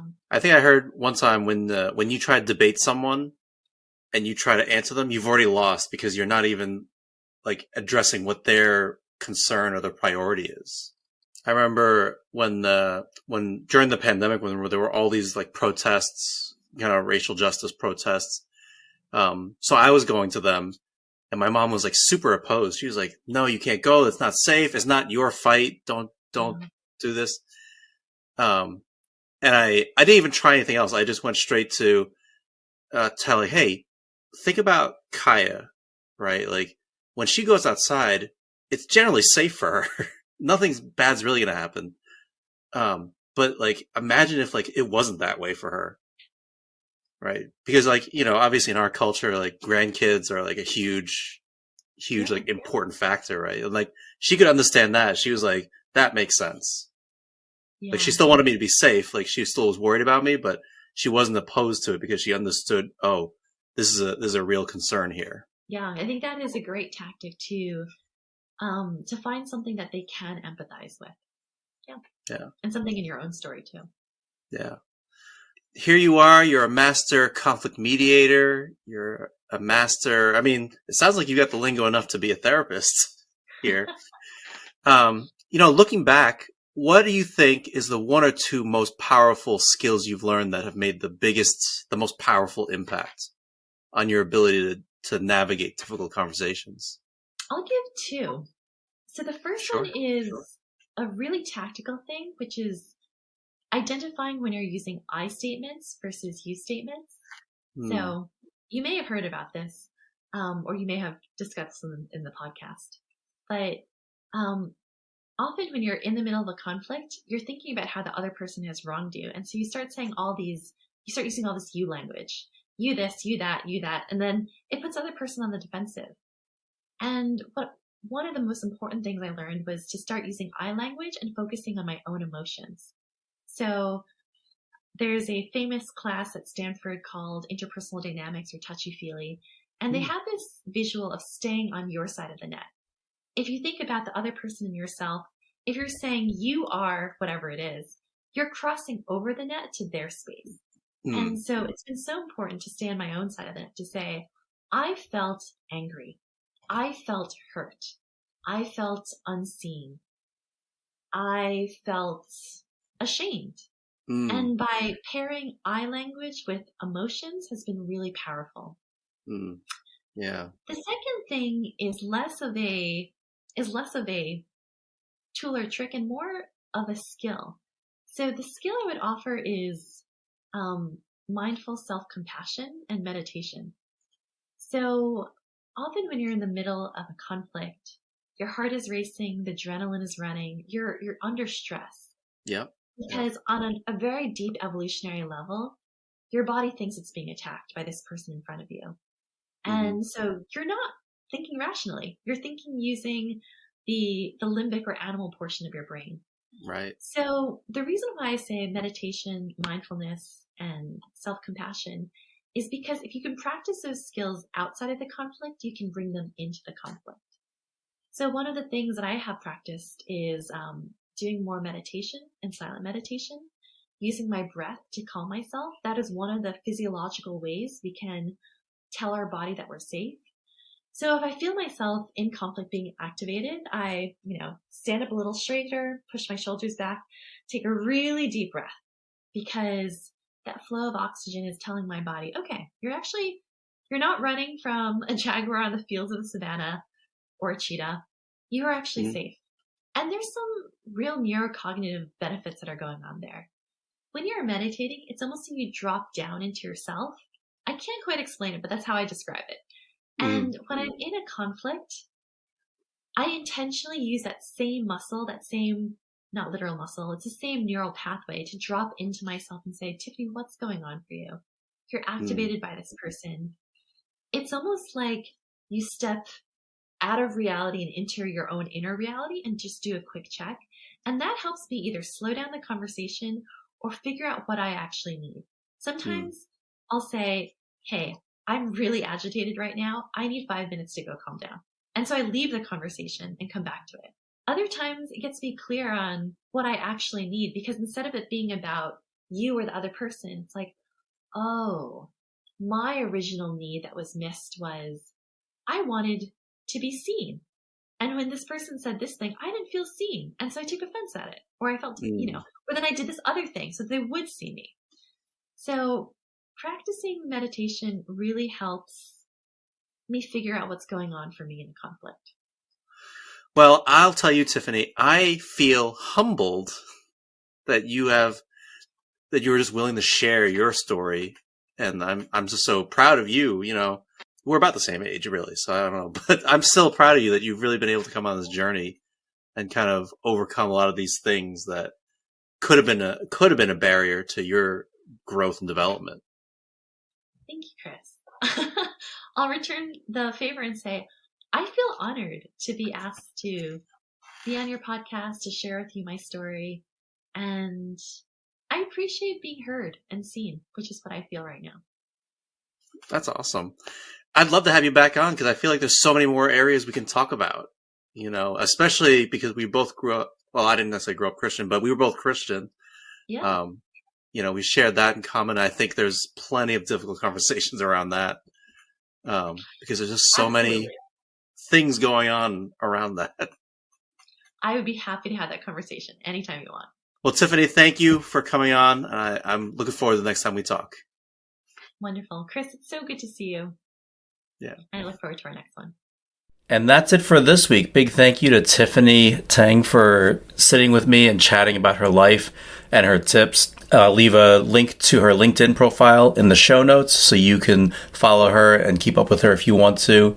Join us next week when we're going to talk about how to respond to angry behaviors in hard conversations. See you next week.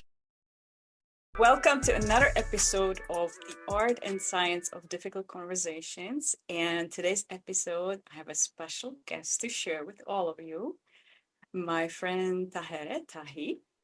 And let me share just a little bit of a background. So we met Tahi. We met several years back during one of our coach trainings. And we became friends since then, even though we live on the other sides of the globe. During our connects, we usually laugh through our tears, reflecting on the craziness and funniness of life, as Tahi is sharing her journey through the cultural differences and through her own shifts in career, and currently being a relationship and performance coach. I thought of Tahi because you have such a beautiful experience, and also from your professional expertise, I thought that would be wonderful to bring you on and to share your take on difficult conversations, what makes them difficult from your experience, and also what could make them easier from your personal as well as professional experience. So thank you so much, Tahi, for joining me. And please take it from here, share a little bit about yourself. Sure. Thank you so much for having me, Lucy. And this is truly, truly special for me to be here because it's not every day that I get to share, these work-related experiences with a dear friend and colleague such as yourself. We've seen each other through the ups and downs of this journey and laughed a ton, like you said. So this is really special. Thanks for having me. About myself, like you were saying, Lucy, I'm a transformational coach in these two areas, in performance coaching and relationship coaching. So what that means is, in the performance area of my work, I partner with professionals, with entrepreneurs, when they're navigating challenges professionally or personally. They're trying to make decisions or feel like they've hit a plateau and can't move forward. So this is where, I come in and I help them get really, really clear about the patterns that are going on, and then work up the confidence to take empowered action and move past that obstacle. And in recent years, I've specialized a lot further into the relationship aspect of my business, which means that I work with people, with men and women, across all the stages of relationships. So this starts in the dating phase, when clients come to me and they want to, find a loving relationship. They want to have a partner, but somehow it hasn't worked out, or there's some past pain getting in the way of that. So then I help them really figure out what their needs are in relationship, who might be a compatible partner, and then how to position themselves in dating and getting to know someone, and how to vet someone. And then it continues on to individuals in partnership, to couples. If they want to repair their relationship, they want to have a deeper connection, deeper love and intimacy, or they have some struggles that they're trying to overcome.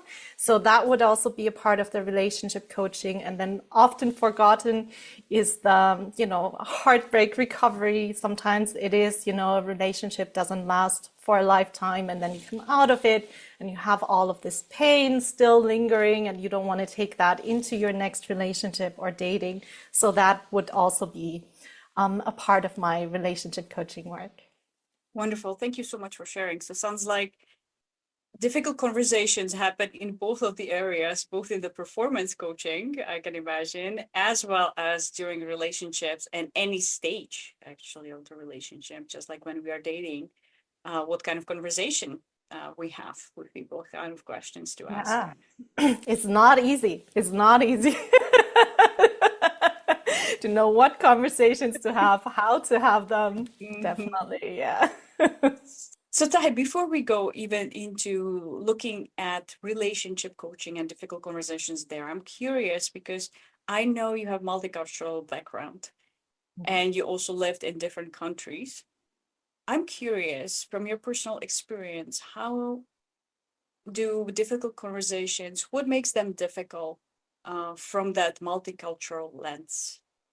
If you would be willing to share a little bit about that.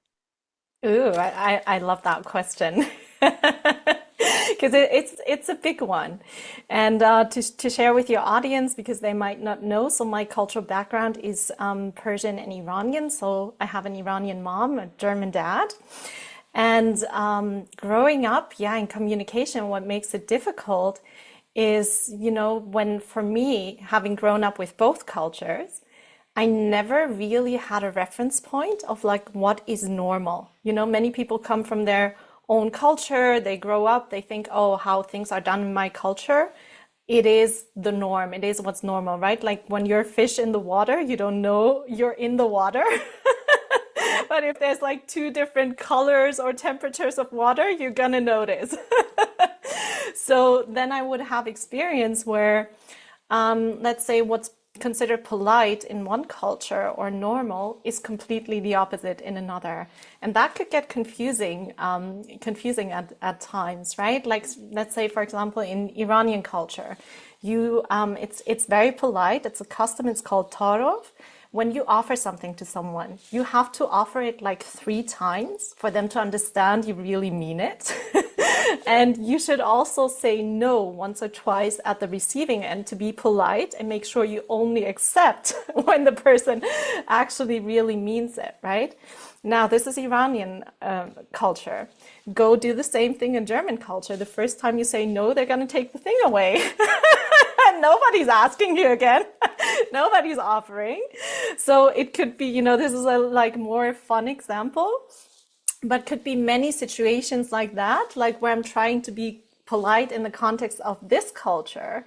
And then I go into the other culture, it's completely misunderstood, right? And they're like, oh, taking the kindness for for weakness, because they're not expecting the same thing. They're very direct in how they interact. So I guess this would be like one way of describing what could make, situations in itself difficult, but then also that could extend into conversations and, one person is direct and the other is offended. So this is how it plays out the other way. So many situations like that. And also kudos to your parents navigating marriage in 2 different cultures, basically coming from 2 different cultures and backgrounds. So I'm sure they must have had a lot of difficult conversations together.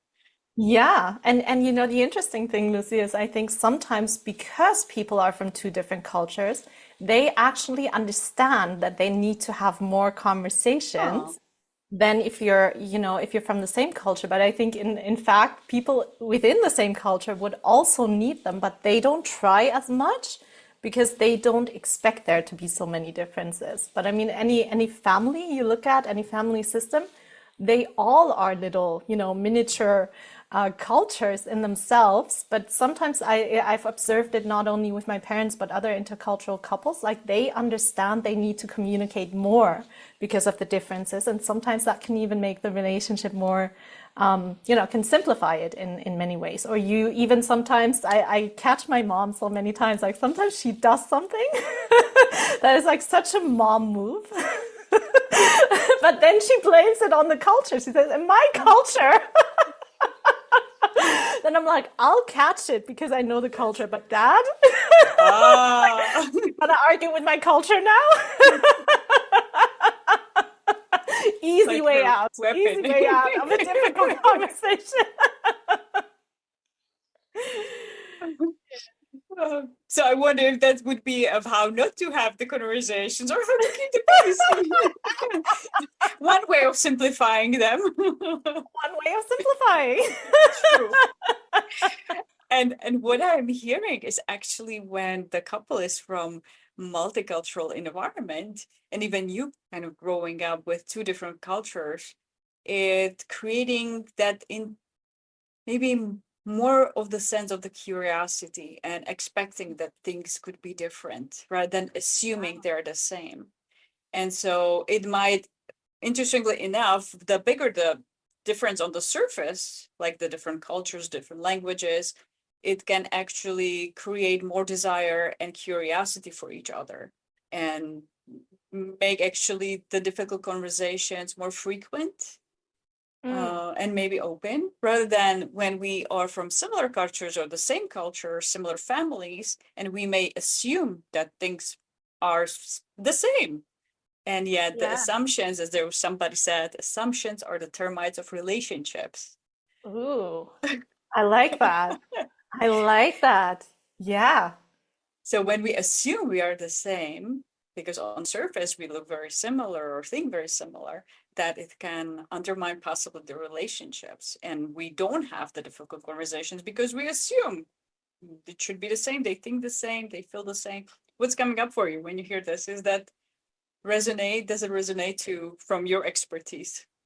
For sure. I think this is so key what you're saying, because even if you take excuse me, even if you take all the time in the beginning to like get to know your partner, in dating, you know them inside out, you ask all of the questions, like you can never assume your work is done there, because a relationship is a growing, living thing, and through the relationship we change.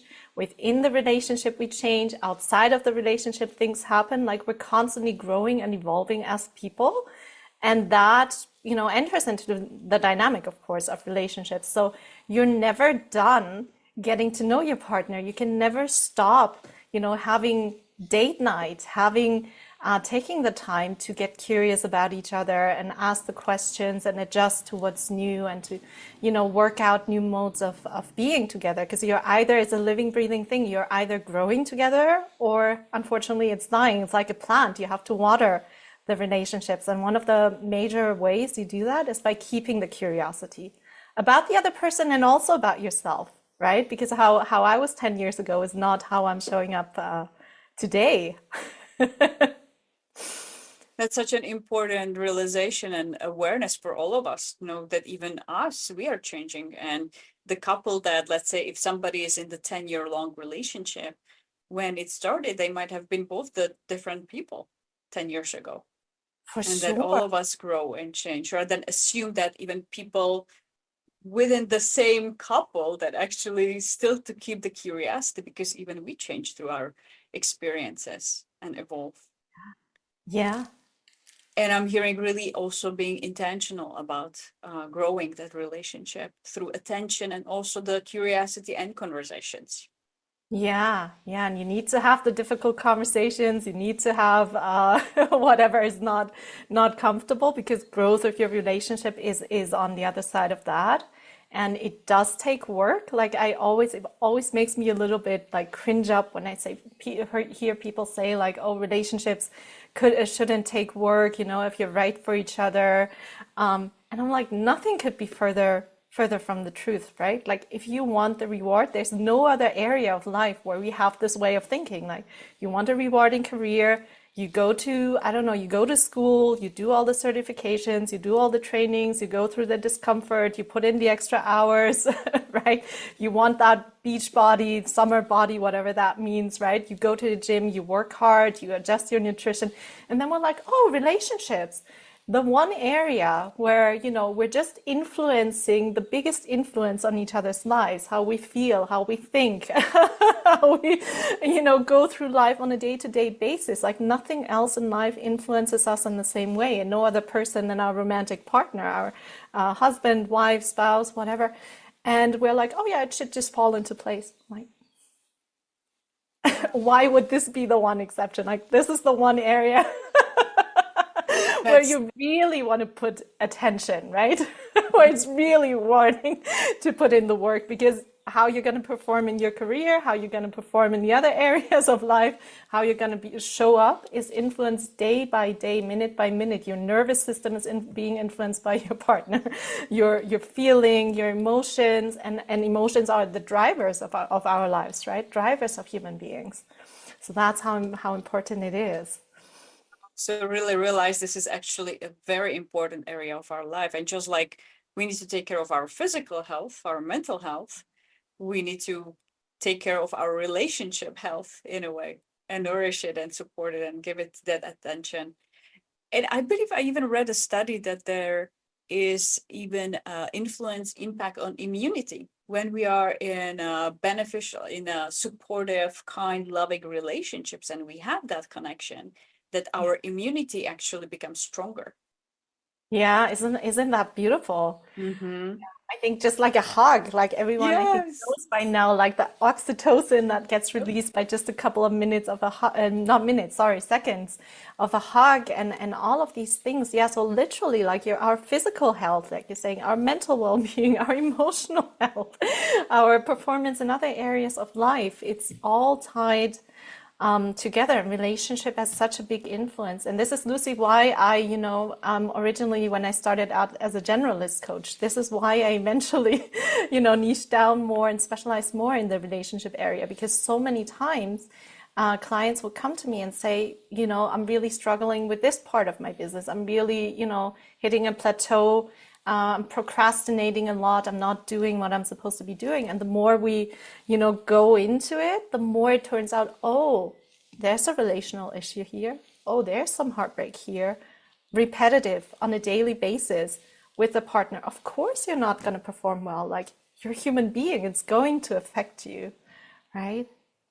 So sounds like that relationships and their well-being actually impact also the well-being of a business or performance at work.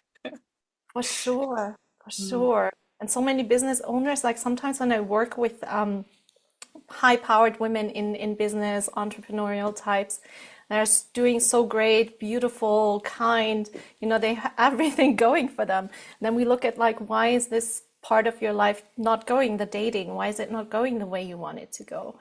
And turns out, like, they're terrified not only of the heartbreak itself, like that could, occur when something doesn't go right in dating, they get their heart broken, they get hurt, of course, but that's not the major thing they're afraid. They're afraid because they've had past experiences where that level of heartbreak knocked them out of being able to perform in their business. So it hurt them financially, it hurt them, in their business growth, it hurt them like in so many more areas of life, and it does have that ripple effect, right? And we're speaking of the negative, you were speaking of the positive. So imagine like when we're getting this part right, and when we manage to have the difficult conversations, and we manage to have the curiosity and grow closer together, how that can become a trampoline for, your individual growth, for your professional growth, and then a sanctuary, a safe space where you both come home to, every night, and you go out in the world and be your best self. Like, that's the other side of it, right? The bliss and the joy and everything is on the other side of I love the getting this part. image. I was imagining the trampoline. Wonderful relationships can trampoline you to the highest levels of your success. For sure. For sure. I love that. Yeah. The relationship trampoline. I love it. Now, I'm curious, because you've mentioned difficult conversations are important in the health of the relationship in a way. Mm-hmm. Now, two aspects there. I don't know which one we want to focus on. There is one, what makes difficult conversations in a relationship process, whichever that is, difficult, and how to make it easier for people, how to have more effective difficult conversations in the context of relationships. Which one would you want to pick or start with? Both. Up to you. I take both. Okay, perfect. I want it all. Let's do it. So yeah, I love these questions, and I love the making it easier. Being the great coach that you are, Lucy, I know you're always breaking everything down in these small steps, and I love it. So let's start maybe with the latter part, how to make it easier before we get to the big thing, the number one thing I think that really makes conversations difficult. But as I was thinking about this question, preparing for your podcast and how to give most value to your audience, I was thinking of two mindset shifts that would really, really make conversations easier and relationships happier and healthier. And I would say, yay, the number one, like losing mindset that we need to shift would be the mindset where we think that we are right and we can win an argument. We can win over our partner. We can show them and fight for our point and show them how they are wrong and we're right. And if we get them to comply or to have things our way, then we've won, right? And nothing could be further from the truth, because you're playing for the same team as a couple. And you cannot win. You're not supposed to win over your teammate. It's supposed to be you and me, us against the world, not you and me and us against each other. So what happens, unfortunately, is sometimes you will be able to win that argument, right? The other person is tired of fighting, or they don't know how to speak up for themselves. So you push your way.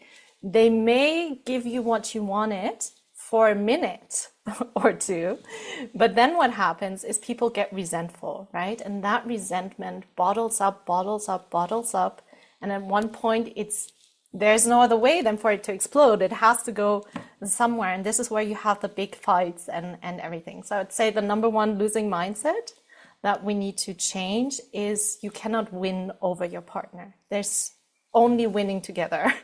So even if you win, you're hurting the relationship.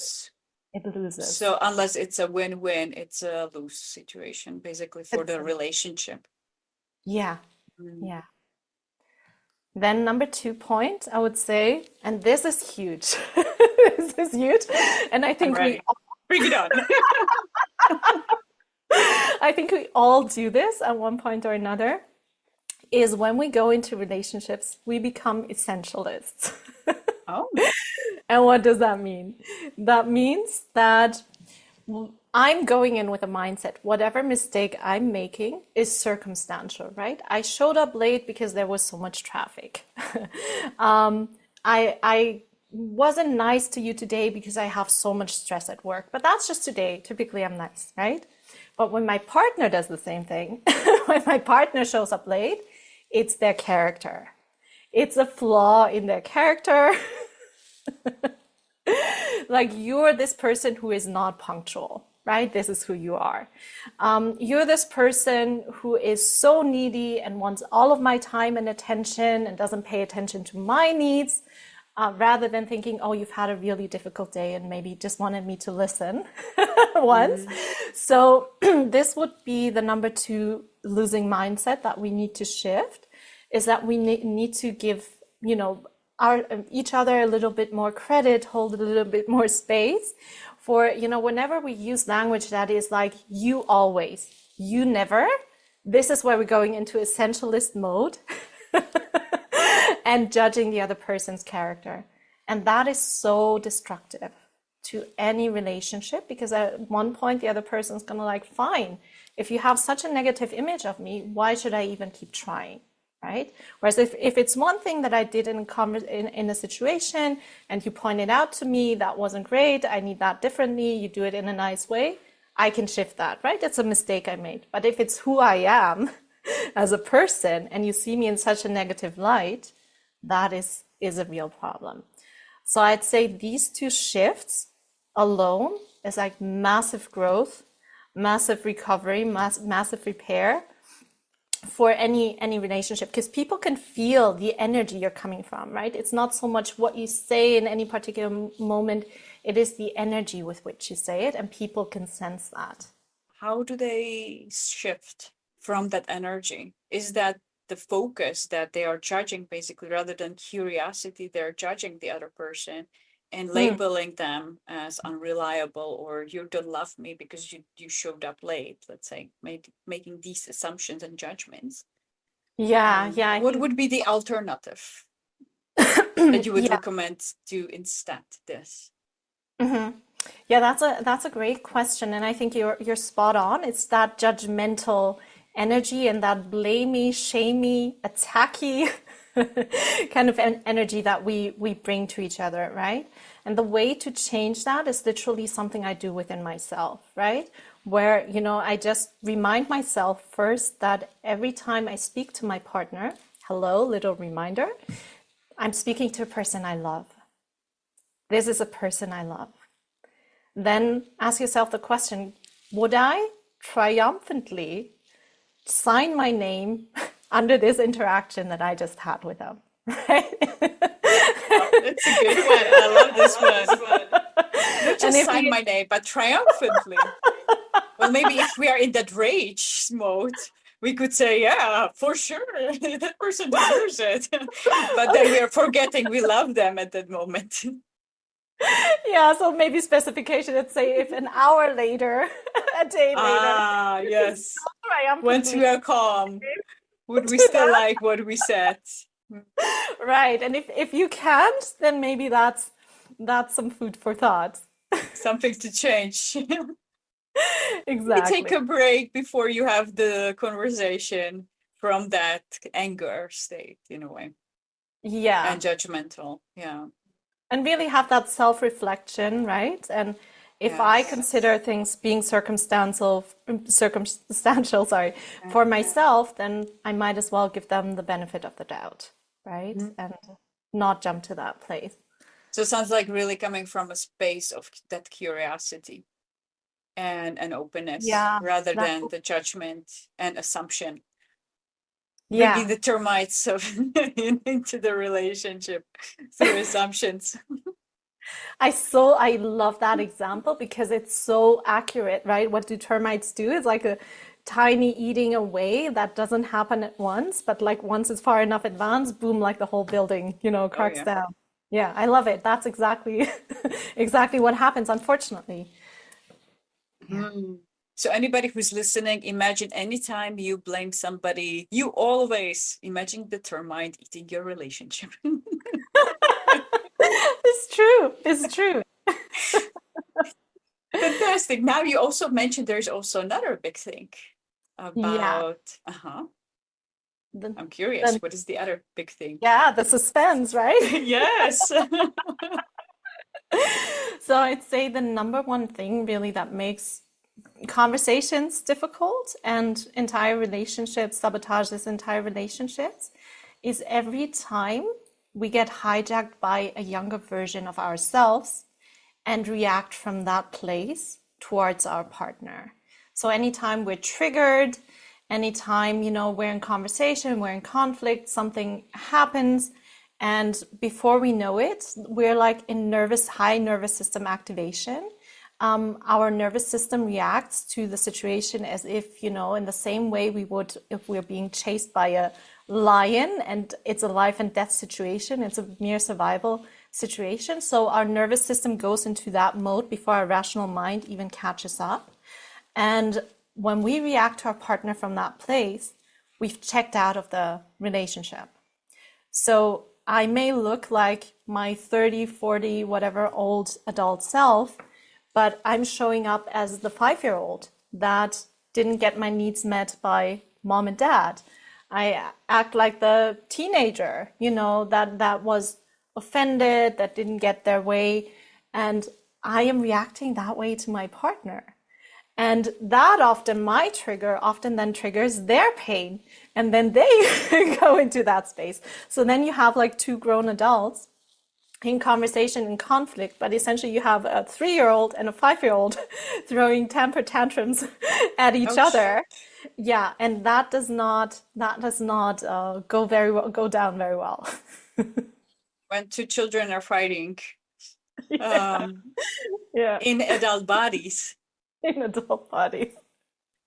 So how do we change that? If you would share at least one tip, how do we get from our hurt child? Because you mentioned there's the hurt. So it's not the happy child, the loving, kind version of ourselves when we're children, but sounds like that's the time where we were dealing with some hurt, and sounds like that hasn't been resolved. And so whenever kind of in that conversation something gets triggered, that pain gets triggered, and we respond from that state when that happened in the past. Right, right. And I think that's perfectly accurate how you're saying it, like that part of ourselves that is frozen in time, right? So it's like the 3-year-old in me, the 5-year-old in me doesn't have access to all the adult files, the adult tools that I have, right? Like literally my brain goes into that mode. And where the areas where this happens is typically because you had a void there growing up. So let's say our parents, our caregivers did the best they could do to love us, you know, to be there for us, to meet our needs. But then again, you know, for them, life happened. They had some conditioning from their parents. They had, you know, work situations, life situations that made it difficult for them to always show up perfectly, right? Who had the perfect parents? Like, I don't know anyone. I yet have to meet the person, right? And what tends to happen is in the areas where we had the most void, where we didn't get our needs met by our parents, is where we go into relationships and we make our partners subconsciously, nobody's conscious of this, but they become our new attachment figure in a way. So the space that mom and dad occupied in our brain, in our nervous system, whatever, gets transferred unknowingly to my partner, right? And now I'm looking to you to give me that thing that would soothe me when I'm upset that I didn't get from mom and dad. In the same way, that need that they never met, I expect you, and I feel entitled, because that's a childlike state, I feel entitled to you giving that to me now, right? I've never really communicated that. I've never asked for it. Maybe I'm not even aware of it myself, but I want you to do this perfectly for me because you're my partner now and this is your job, right? And then the other person does it back to you and they're like, well, you were supposed to give this to me. Why am I supposed to give? And this is how the dynamic goes, right? So what also tends to happen is that typically our pain only plays out in two directions. Like some people had more of like neglect growing up. So maybe mom and dad loved me, but they were not able to show up for me because they were at work all day long, right? So anytime my biggest fear is, oh, my partner is going to go away, is going to leave me, is going to abandon me, right? In an argument. The other person, and these two people always have a way of finding each other, is very interesting. Part of our growth as human beings. The other person typically has the opposite pain, right?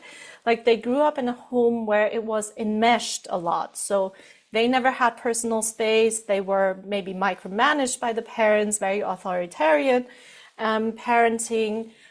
So they never got their autonomy, they never got their space, they were intruded upon, maybe there were poor boundaries with the parents. So for them, this person goes like, if you love me, you're going to give me my space, you're going to leave me alone, you're going to give me my me time, right? And the other person goes like, hey, you're abandoning me, where are you going, you're breaking up with me, why don't you want this togetherness, right? And these are the two areas typically where it plays out. And both of them need to integrate more of the other's stance. So these would be the two sacred polarities in a relationship, right? The individuation, self-actualization, autonomy, and the other sacred polarity being the togetherness, the person that's more holding the us of the relationship, the communion, connection. And these are equally important in relationship. But typically, our pain plays out in one way or another, where we had too much or too little of either of these. And this is where we enter into this dance. And that was a long-winded way of answering your question. What can we do about it? Yeah, which is, I would say, the first thing you can do is in that moment, as I was saying, these are things that happen kind of like pre-consciously. So before my brain catches up to the situation, my nervous system is highly activated. How do I recognize that? My heart is beating super fast. My palms get sweaty. I'm feeling intense emotions, sensations in my body. That's the first cue to maybe take a pause and say, wait a second. This survival mode, is this proportionate to toilet seat not being down? Is this proportionate to the laundry not being done? Is this proportionate to the socks on the floor? Is this proportionate to someone who came 10 minutes late to, you know, a meeting, a date, whatever, right? Like, is this an appropriate response? So the body doesn't lie, first indicator. Second indicator, check in with myself. How old is this part of me?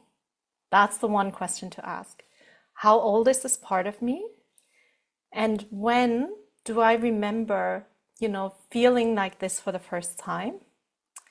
And pretty much every single time you'll find that this, you know, feeling, the sensation is nothing new. It's been there for ages, decades, many years at least.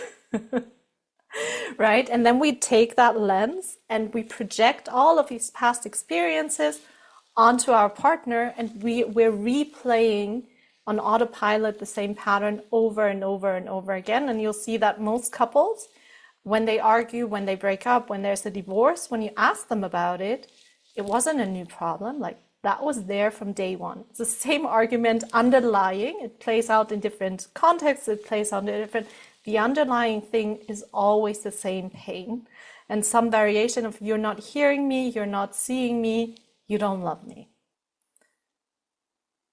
So what I'm hearing, the first step is really that self-awareness, at catching ourselves whenever we want to communicate from that younger hurt part of ourselves. Mm-hmm. Yeah. And this needs to happen before any communication, any conversation, anything, right? Because so many people have this impression or have this understanding that, oh, communication is the number one thing that's important to a relationship, right? As a relationship coach, I kind of agree, but I would, you know, the way I would, you know, change or switch this to become true is to say, well, communication is key, but it's like step 2 or 3 in a sequence of steps that need to come first. Because you can have a communication coach on speed dial, you can be an expert in iMessages, you can have all of this. But it comes back to the energy. If my energy is, I think, you know, as an iMessage, I think that you're an asshole, and I think you are wrong, and I am right, and I think I'm entitled to you giving me this right now and not the other way around. I can have all the iMessages in the world and all the sandwiching of that communication, of that message. If I don't pay attention to which part of myself I'm communicating from, none of that is going to help me. None of that, you know, these are amazing tools, but they're not going to work until we get the inner game right. Makes sense. And also, it sounds like if somebody is not even aware, let's say that they are being triggered and they are responding from their younger version of self that's been hurt. And so it's really difficult to have those difficult conversations that actually lead to a productive outcome where it could bring the relationship closer rather than moving it even further apart. Yeah, for sure. For sure. So this is really this internal process that needs to happen before anything else, and no one else can do it for us. Our partner cannot, you know, no matter how much love they show us, no matter how kind they are. Like, if I have this leak in my bucket, right? Like, whatever you're giving me, I feel this hurt, this unresolved pain. It's gonna go right through that, right? I'm not even, sometimes you see that our partner is actually trying to give us that thing, but we're so on autopilot, so in the story of like, you never, and nobody loves me, and there's like all of the subconscious, which is running like 95 to 97% of our, you know, our daily actions, decisions, thoughts. If I don't get conscious of it and work on that, it's not gonna land even if I'm getting the thing.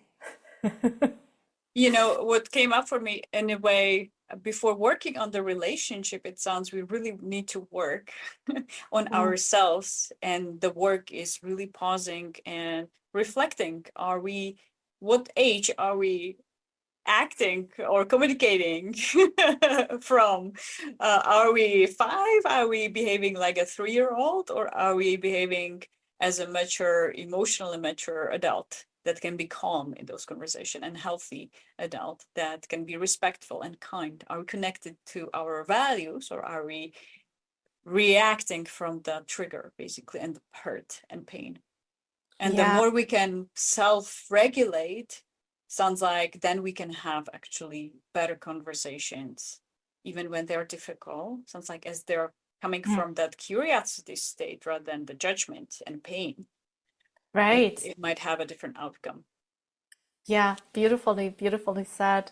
And like that curiosity also, again, going both ways, right? Like curiosity about my partner, like where are they coming from, what is happening for them, but also curiosity towards myself, like with compassion rather than judging myself. Oh, I'm, not grown up, I'm acting like a child. Like none of that is helpful, right? Rather see like what is the need that is not getting met in this moment. And once we understand that and where it came from, then I can kind of like learn how to give that to myself, which a lot of times we don't even know that we can, right? Because as a child, I was dependent on my caregivers. I was dependent on my attachment figure to do that for me, right? Little children cannot manage their big emotions. They need the nervous system of an adult to help them work through things and cope with things, right? So sometimes when we're stuck in that, in that frame, or part of us, it's not all of us, right? We have many rational adult parts, of course, but that part that is stuck doesn't actually know that it can advocate for its own needs, right? Doesn't know that now as an adult, I can give things to myself. Now I can go to my partner and say, hey, I would love it if you could give me this thing, and here's why it's important for me, right? Rather than going into this blamey, shamey, criticizing space because you didn't give me that thing that I never asked for. Or I asked you in a way that shamed you and made you wrong. So now, because of the way I asked, you don't want to give that to me, right? Who wants to give to someone who's like shaming us and making us feel like we're the worst person in the world and the villain for not having gotten it right the first time, not being a mind reader, right? Like, who would want to do that? Makes sense. What's coming up for me is hearing some women say, well, I'm afraid to ask for it, so I'm not seen as needy. Yeah. That's a big one. Yeah. And I wonder also if it's because when they asked for it in the past, they were asking from that survival kind of the younger self, where it might have been already the pain was so big that they ask maybe with anger, with resentment, or with the blamey, shamey way. Yeah. And so the other person responded in not a very nice way either, because they might have been triggered. And so for them, they connected maybe the act of asking with, this is not going to go well. Yeah. And especially if you grew up in a family where, you were treated that way, that's very likely, where you already felt your needs are too much, right? Like maybe it's not even that your parents were mean, like, or aggressive. That might be the case, unfortunately. But a lot of times it's more like you grow up in an environment where you see like, oh, maybe one person is sick and they need all the attention, so I'm not going to come forward with my own needs, right? And I just learned to manage things on my own. Or maybe like expressing emotion, asking of others is not considered very well, because you should be able to do that for yourself, right? Where in families where this independence and hyper independence is like the norm, right? So people sometimes don't even know they have the need, or then it's considered needy to ask for it, right? And then that is the way we need to upgrade. Is like, first of all, for myself, understanding that, hey, I'm a human being, and having needs is part of being a human being, doesn't make me needy, right? So even that internal shift before I go and ask anything of my partner is so key, because if I'm healing that wound for myself in a way, then if the cut that I have here on my hand, if it's already healing and someone touches on it, it's not going to hurt the same way, right? As if I have an open wound. So that is one thing that I can do for myself first. And then what you mentioned, Lucy, getting out of these dynamics that are kind of like escalated. And the more one person does this, the more one person reacts this way, and so forth, becomes a vicious cycle. So it does take work to come out of that, of course. But it's like relationships are like a dance, right? And the dynamic is like a dance. So if one partner starts shifting the moves, the other has no chance or no other way, then also adjust, after some time, because you can't keep moving the same way if your partner is over here now and you want to dance with them. So that is why, it makes so much sense that sometimes I even work only with partnered individuals and not with a whole couple, because just one person shifting the moves can make such a big difference. And it takes patience, it takes time. But the next time, when you understand this about yourself, this is how I've been showing up in the past, wasn't great, I didn't know any better. So now that I do know better, I can come to my partner and I can open the conversation differently. I can say, hey, here's all the things I love and appreciate about you and our relationship, right? When this thing happened, however, when you didn't do the laundry as you said or promised that you would, when you didn't do the dishes, whatever it might be, as you promised you would, I made it mean that you didn't care about me enough. And that made me feel not loved. And that really hurt, right? So if I'm able to express it in this way, I'm not saying this was your intention. I'm not saying you're to blame, you're a bad person, whatever. I'm just sharing, hey, here's what objectively happened. And this is the impact it had on me, right? Kind of like when someone's on a bus and they're stepping on your foot, you say, ouch, right? You don't say, you moron, how dare you, that, you just say, ouch. So they would know that they're actually standing on your foot so they can remove their foot from yours and it stops hurting, right? That is the spirit you want to have when you communicate something you're dissatisfied with in a relationship, right?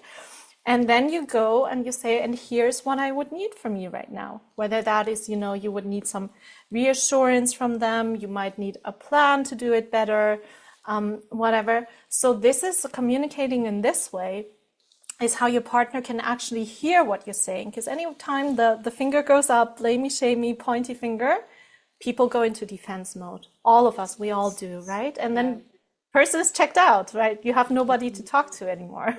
Because now they have to defend their honor. And it's back to the fight, who is right, who is wrong, and actually the relationship is losing.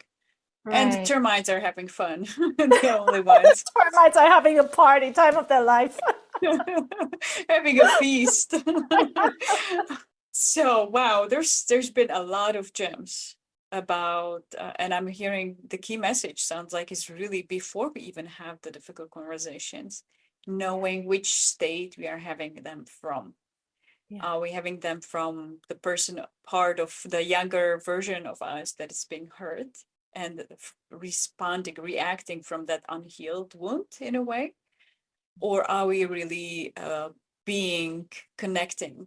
communicating with a partner from the space of curiosity and actually owning our emotions, not from a state of blaming, but curiosity, also clarity about what's happening within us and what is the thing that we actually need, and communicating that in a non-judgmental way, as you've mentioned in a beautiful example. Some people might be now curious. Maybe for some, they might work, it's enough for them to hear interview like ours or to read the books. For some, they might need additional support. For somebody thinking, should I work with a coach or should I work with a therapist? What would be your guidance on that? Great, wonderful question. I love it. As you were saying, I find that this one tool that I shared earlier, I find just knowing that if you take that seriously and you start applying that can do miracles for your relationship. And I hope that it's going to be useful for your listeners. At the same time, I have to say what we're talking about right now is the most difficult, and that is often true. The most rewarding thing is sometimes also the most difficult thing to do.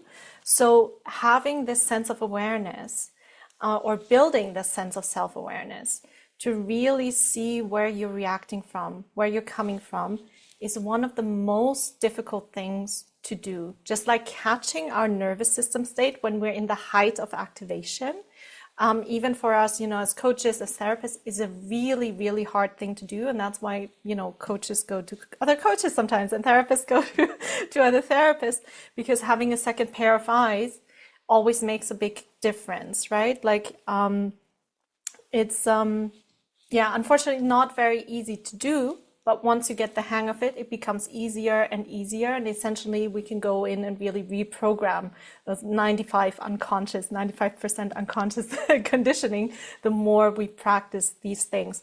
What I would recommend, and what I've done myself, is it's always a good idea to have a couple of sessions with a relationship professional, whether that's a coach or a therapist, to just get the ball rolling and really understanding, right? Like sometimes I will ask my clients, as we're doing, one of the modalities that I do is a lot of inner child work, right? Like entering into a dialogue with that younger part of yourself, really understanding what its needs are.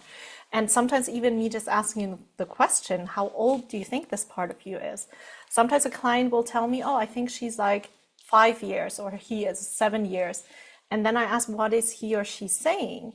And then what they're saying, I'm like, wait a second, that is way too advanced for a child. Like, this is a teenager talking, right? The one that's rebellious, the one that acts out. So sometimes it's really, as you're starting out, difficult to know this about yourself, because you've probably never really asked yourself this question, or you're answering from your conscious mind instead of tuning into the emotions in your body. And that is a really rewarding thing, to have a little guidance through from a practitioner. And the more practice you build, the more I see, like my clients, they now do it for themselves. They know how to do it. They tell me, I've talked to my inner teenager last week. This was the conversation. I wrote her a letter. This is how I walked away. And they really integrate that part and they grow it up, right? That's a work of reparenting, as we call it. Like, you're growing up this part of yourself that's frozen in time, and you learn how to talk to it when it comes back, and you know how to recognize it when it comes back.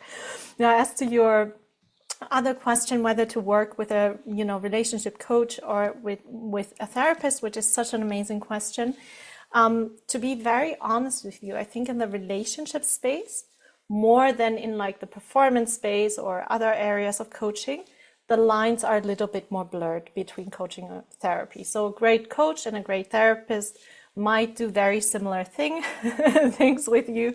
I have training in this area, both from the coaching space, relationship coaching, and I've also done, training in couples therapy. So I kind of, know both approaches, and I'd say in many ways, they're very close. There are some differences. Now, the only time, or the biggest difference essentially is that coaching as an approach, as you know yourself, is more present and future focused. Therapy is a little bit more, helps you more to uncover things from childhood, from, and spend more time in that past, typically, right? So that would be one of the differences. Whereas in inner child work, in coaching and in some therapeutic approaches, we don't, go into every aspect of your childhood. That's not necessary at all. We just, look at the overall dynamic and how you're relating to yourself and what meaning you give. In my experience, that's more than enough to see that huge shifts and transformation for clients. And then we look at the present and future more. The one case where I really recommend someone work with a therapist rather than a coach is if you have like something like PTSD. You have suffered like severe childhood trauma. There was severe abuse, things you've never talked to anyone about before, things you've never reported before.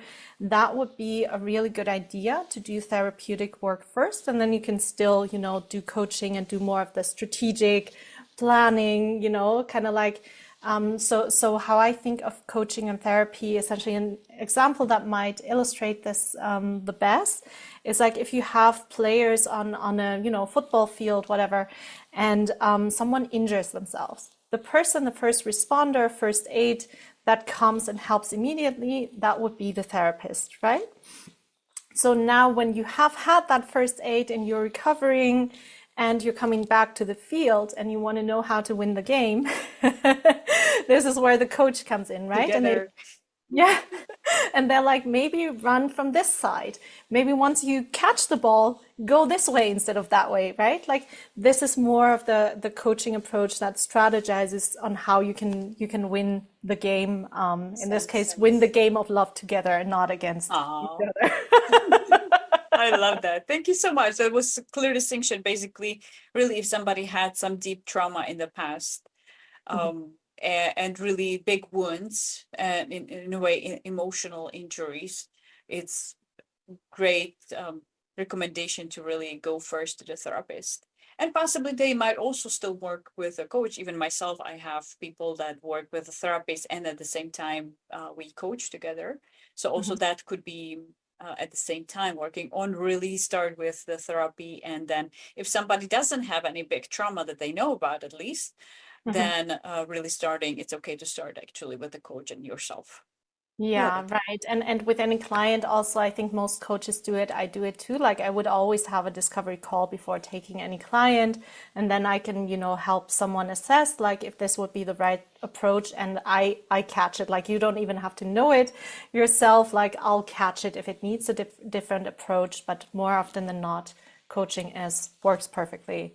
While for there's a healing aspect to it, but again, if it's PTSD or something like very severe from your childhood that's never been dealt with before, therapy might be the better place to start. Makes sense. Got it. Thank you so much.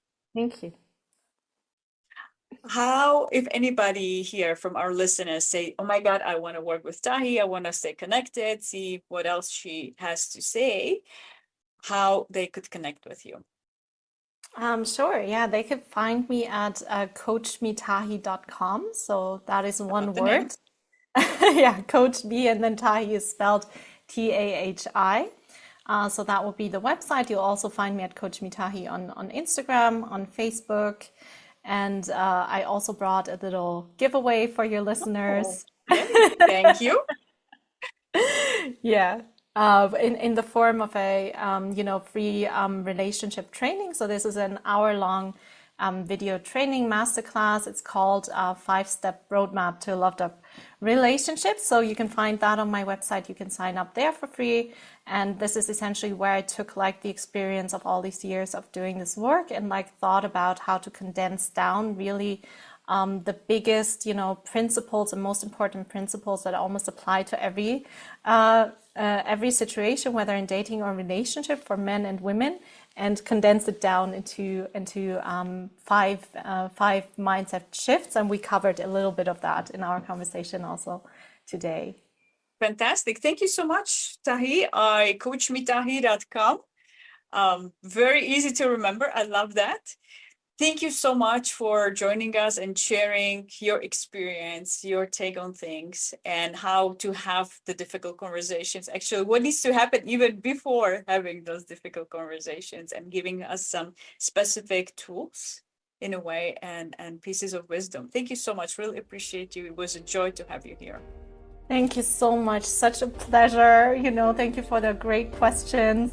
Such a joy as always to talk about these things with you, and thank you for all your curiosity, beautiful curiosity.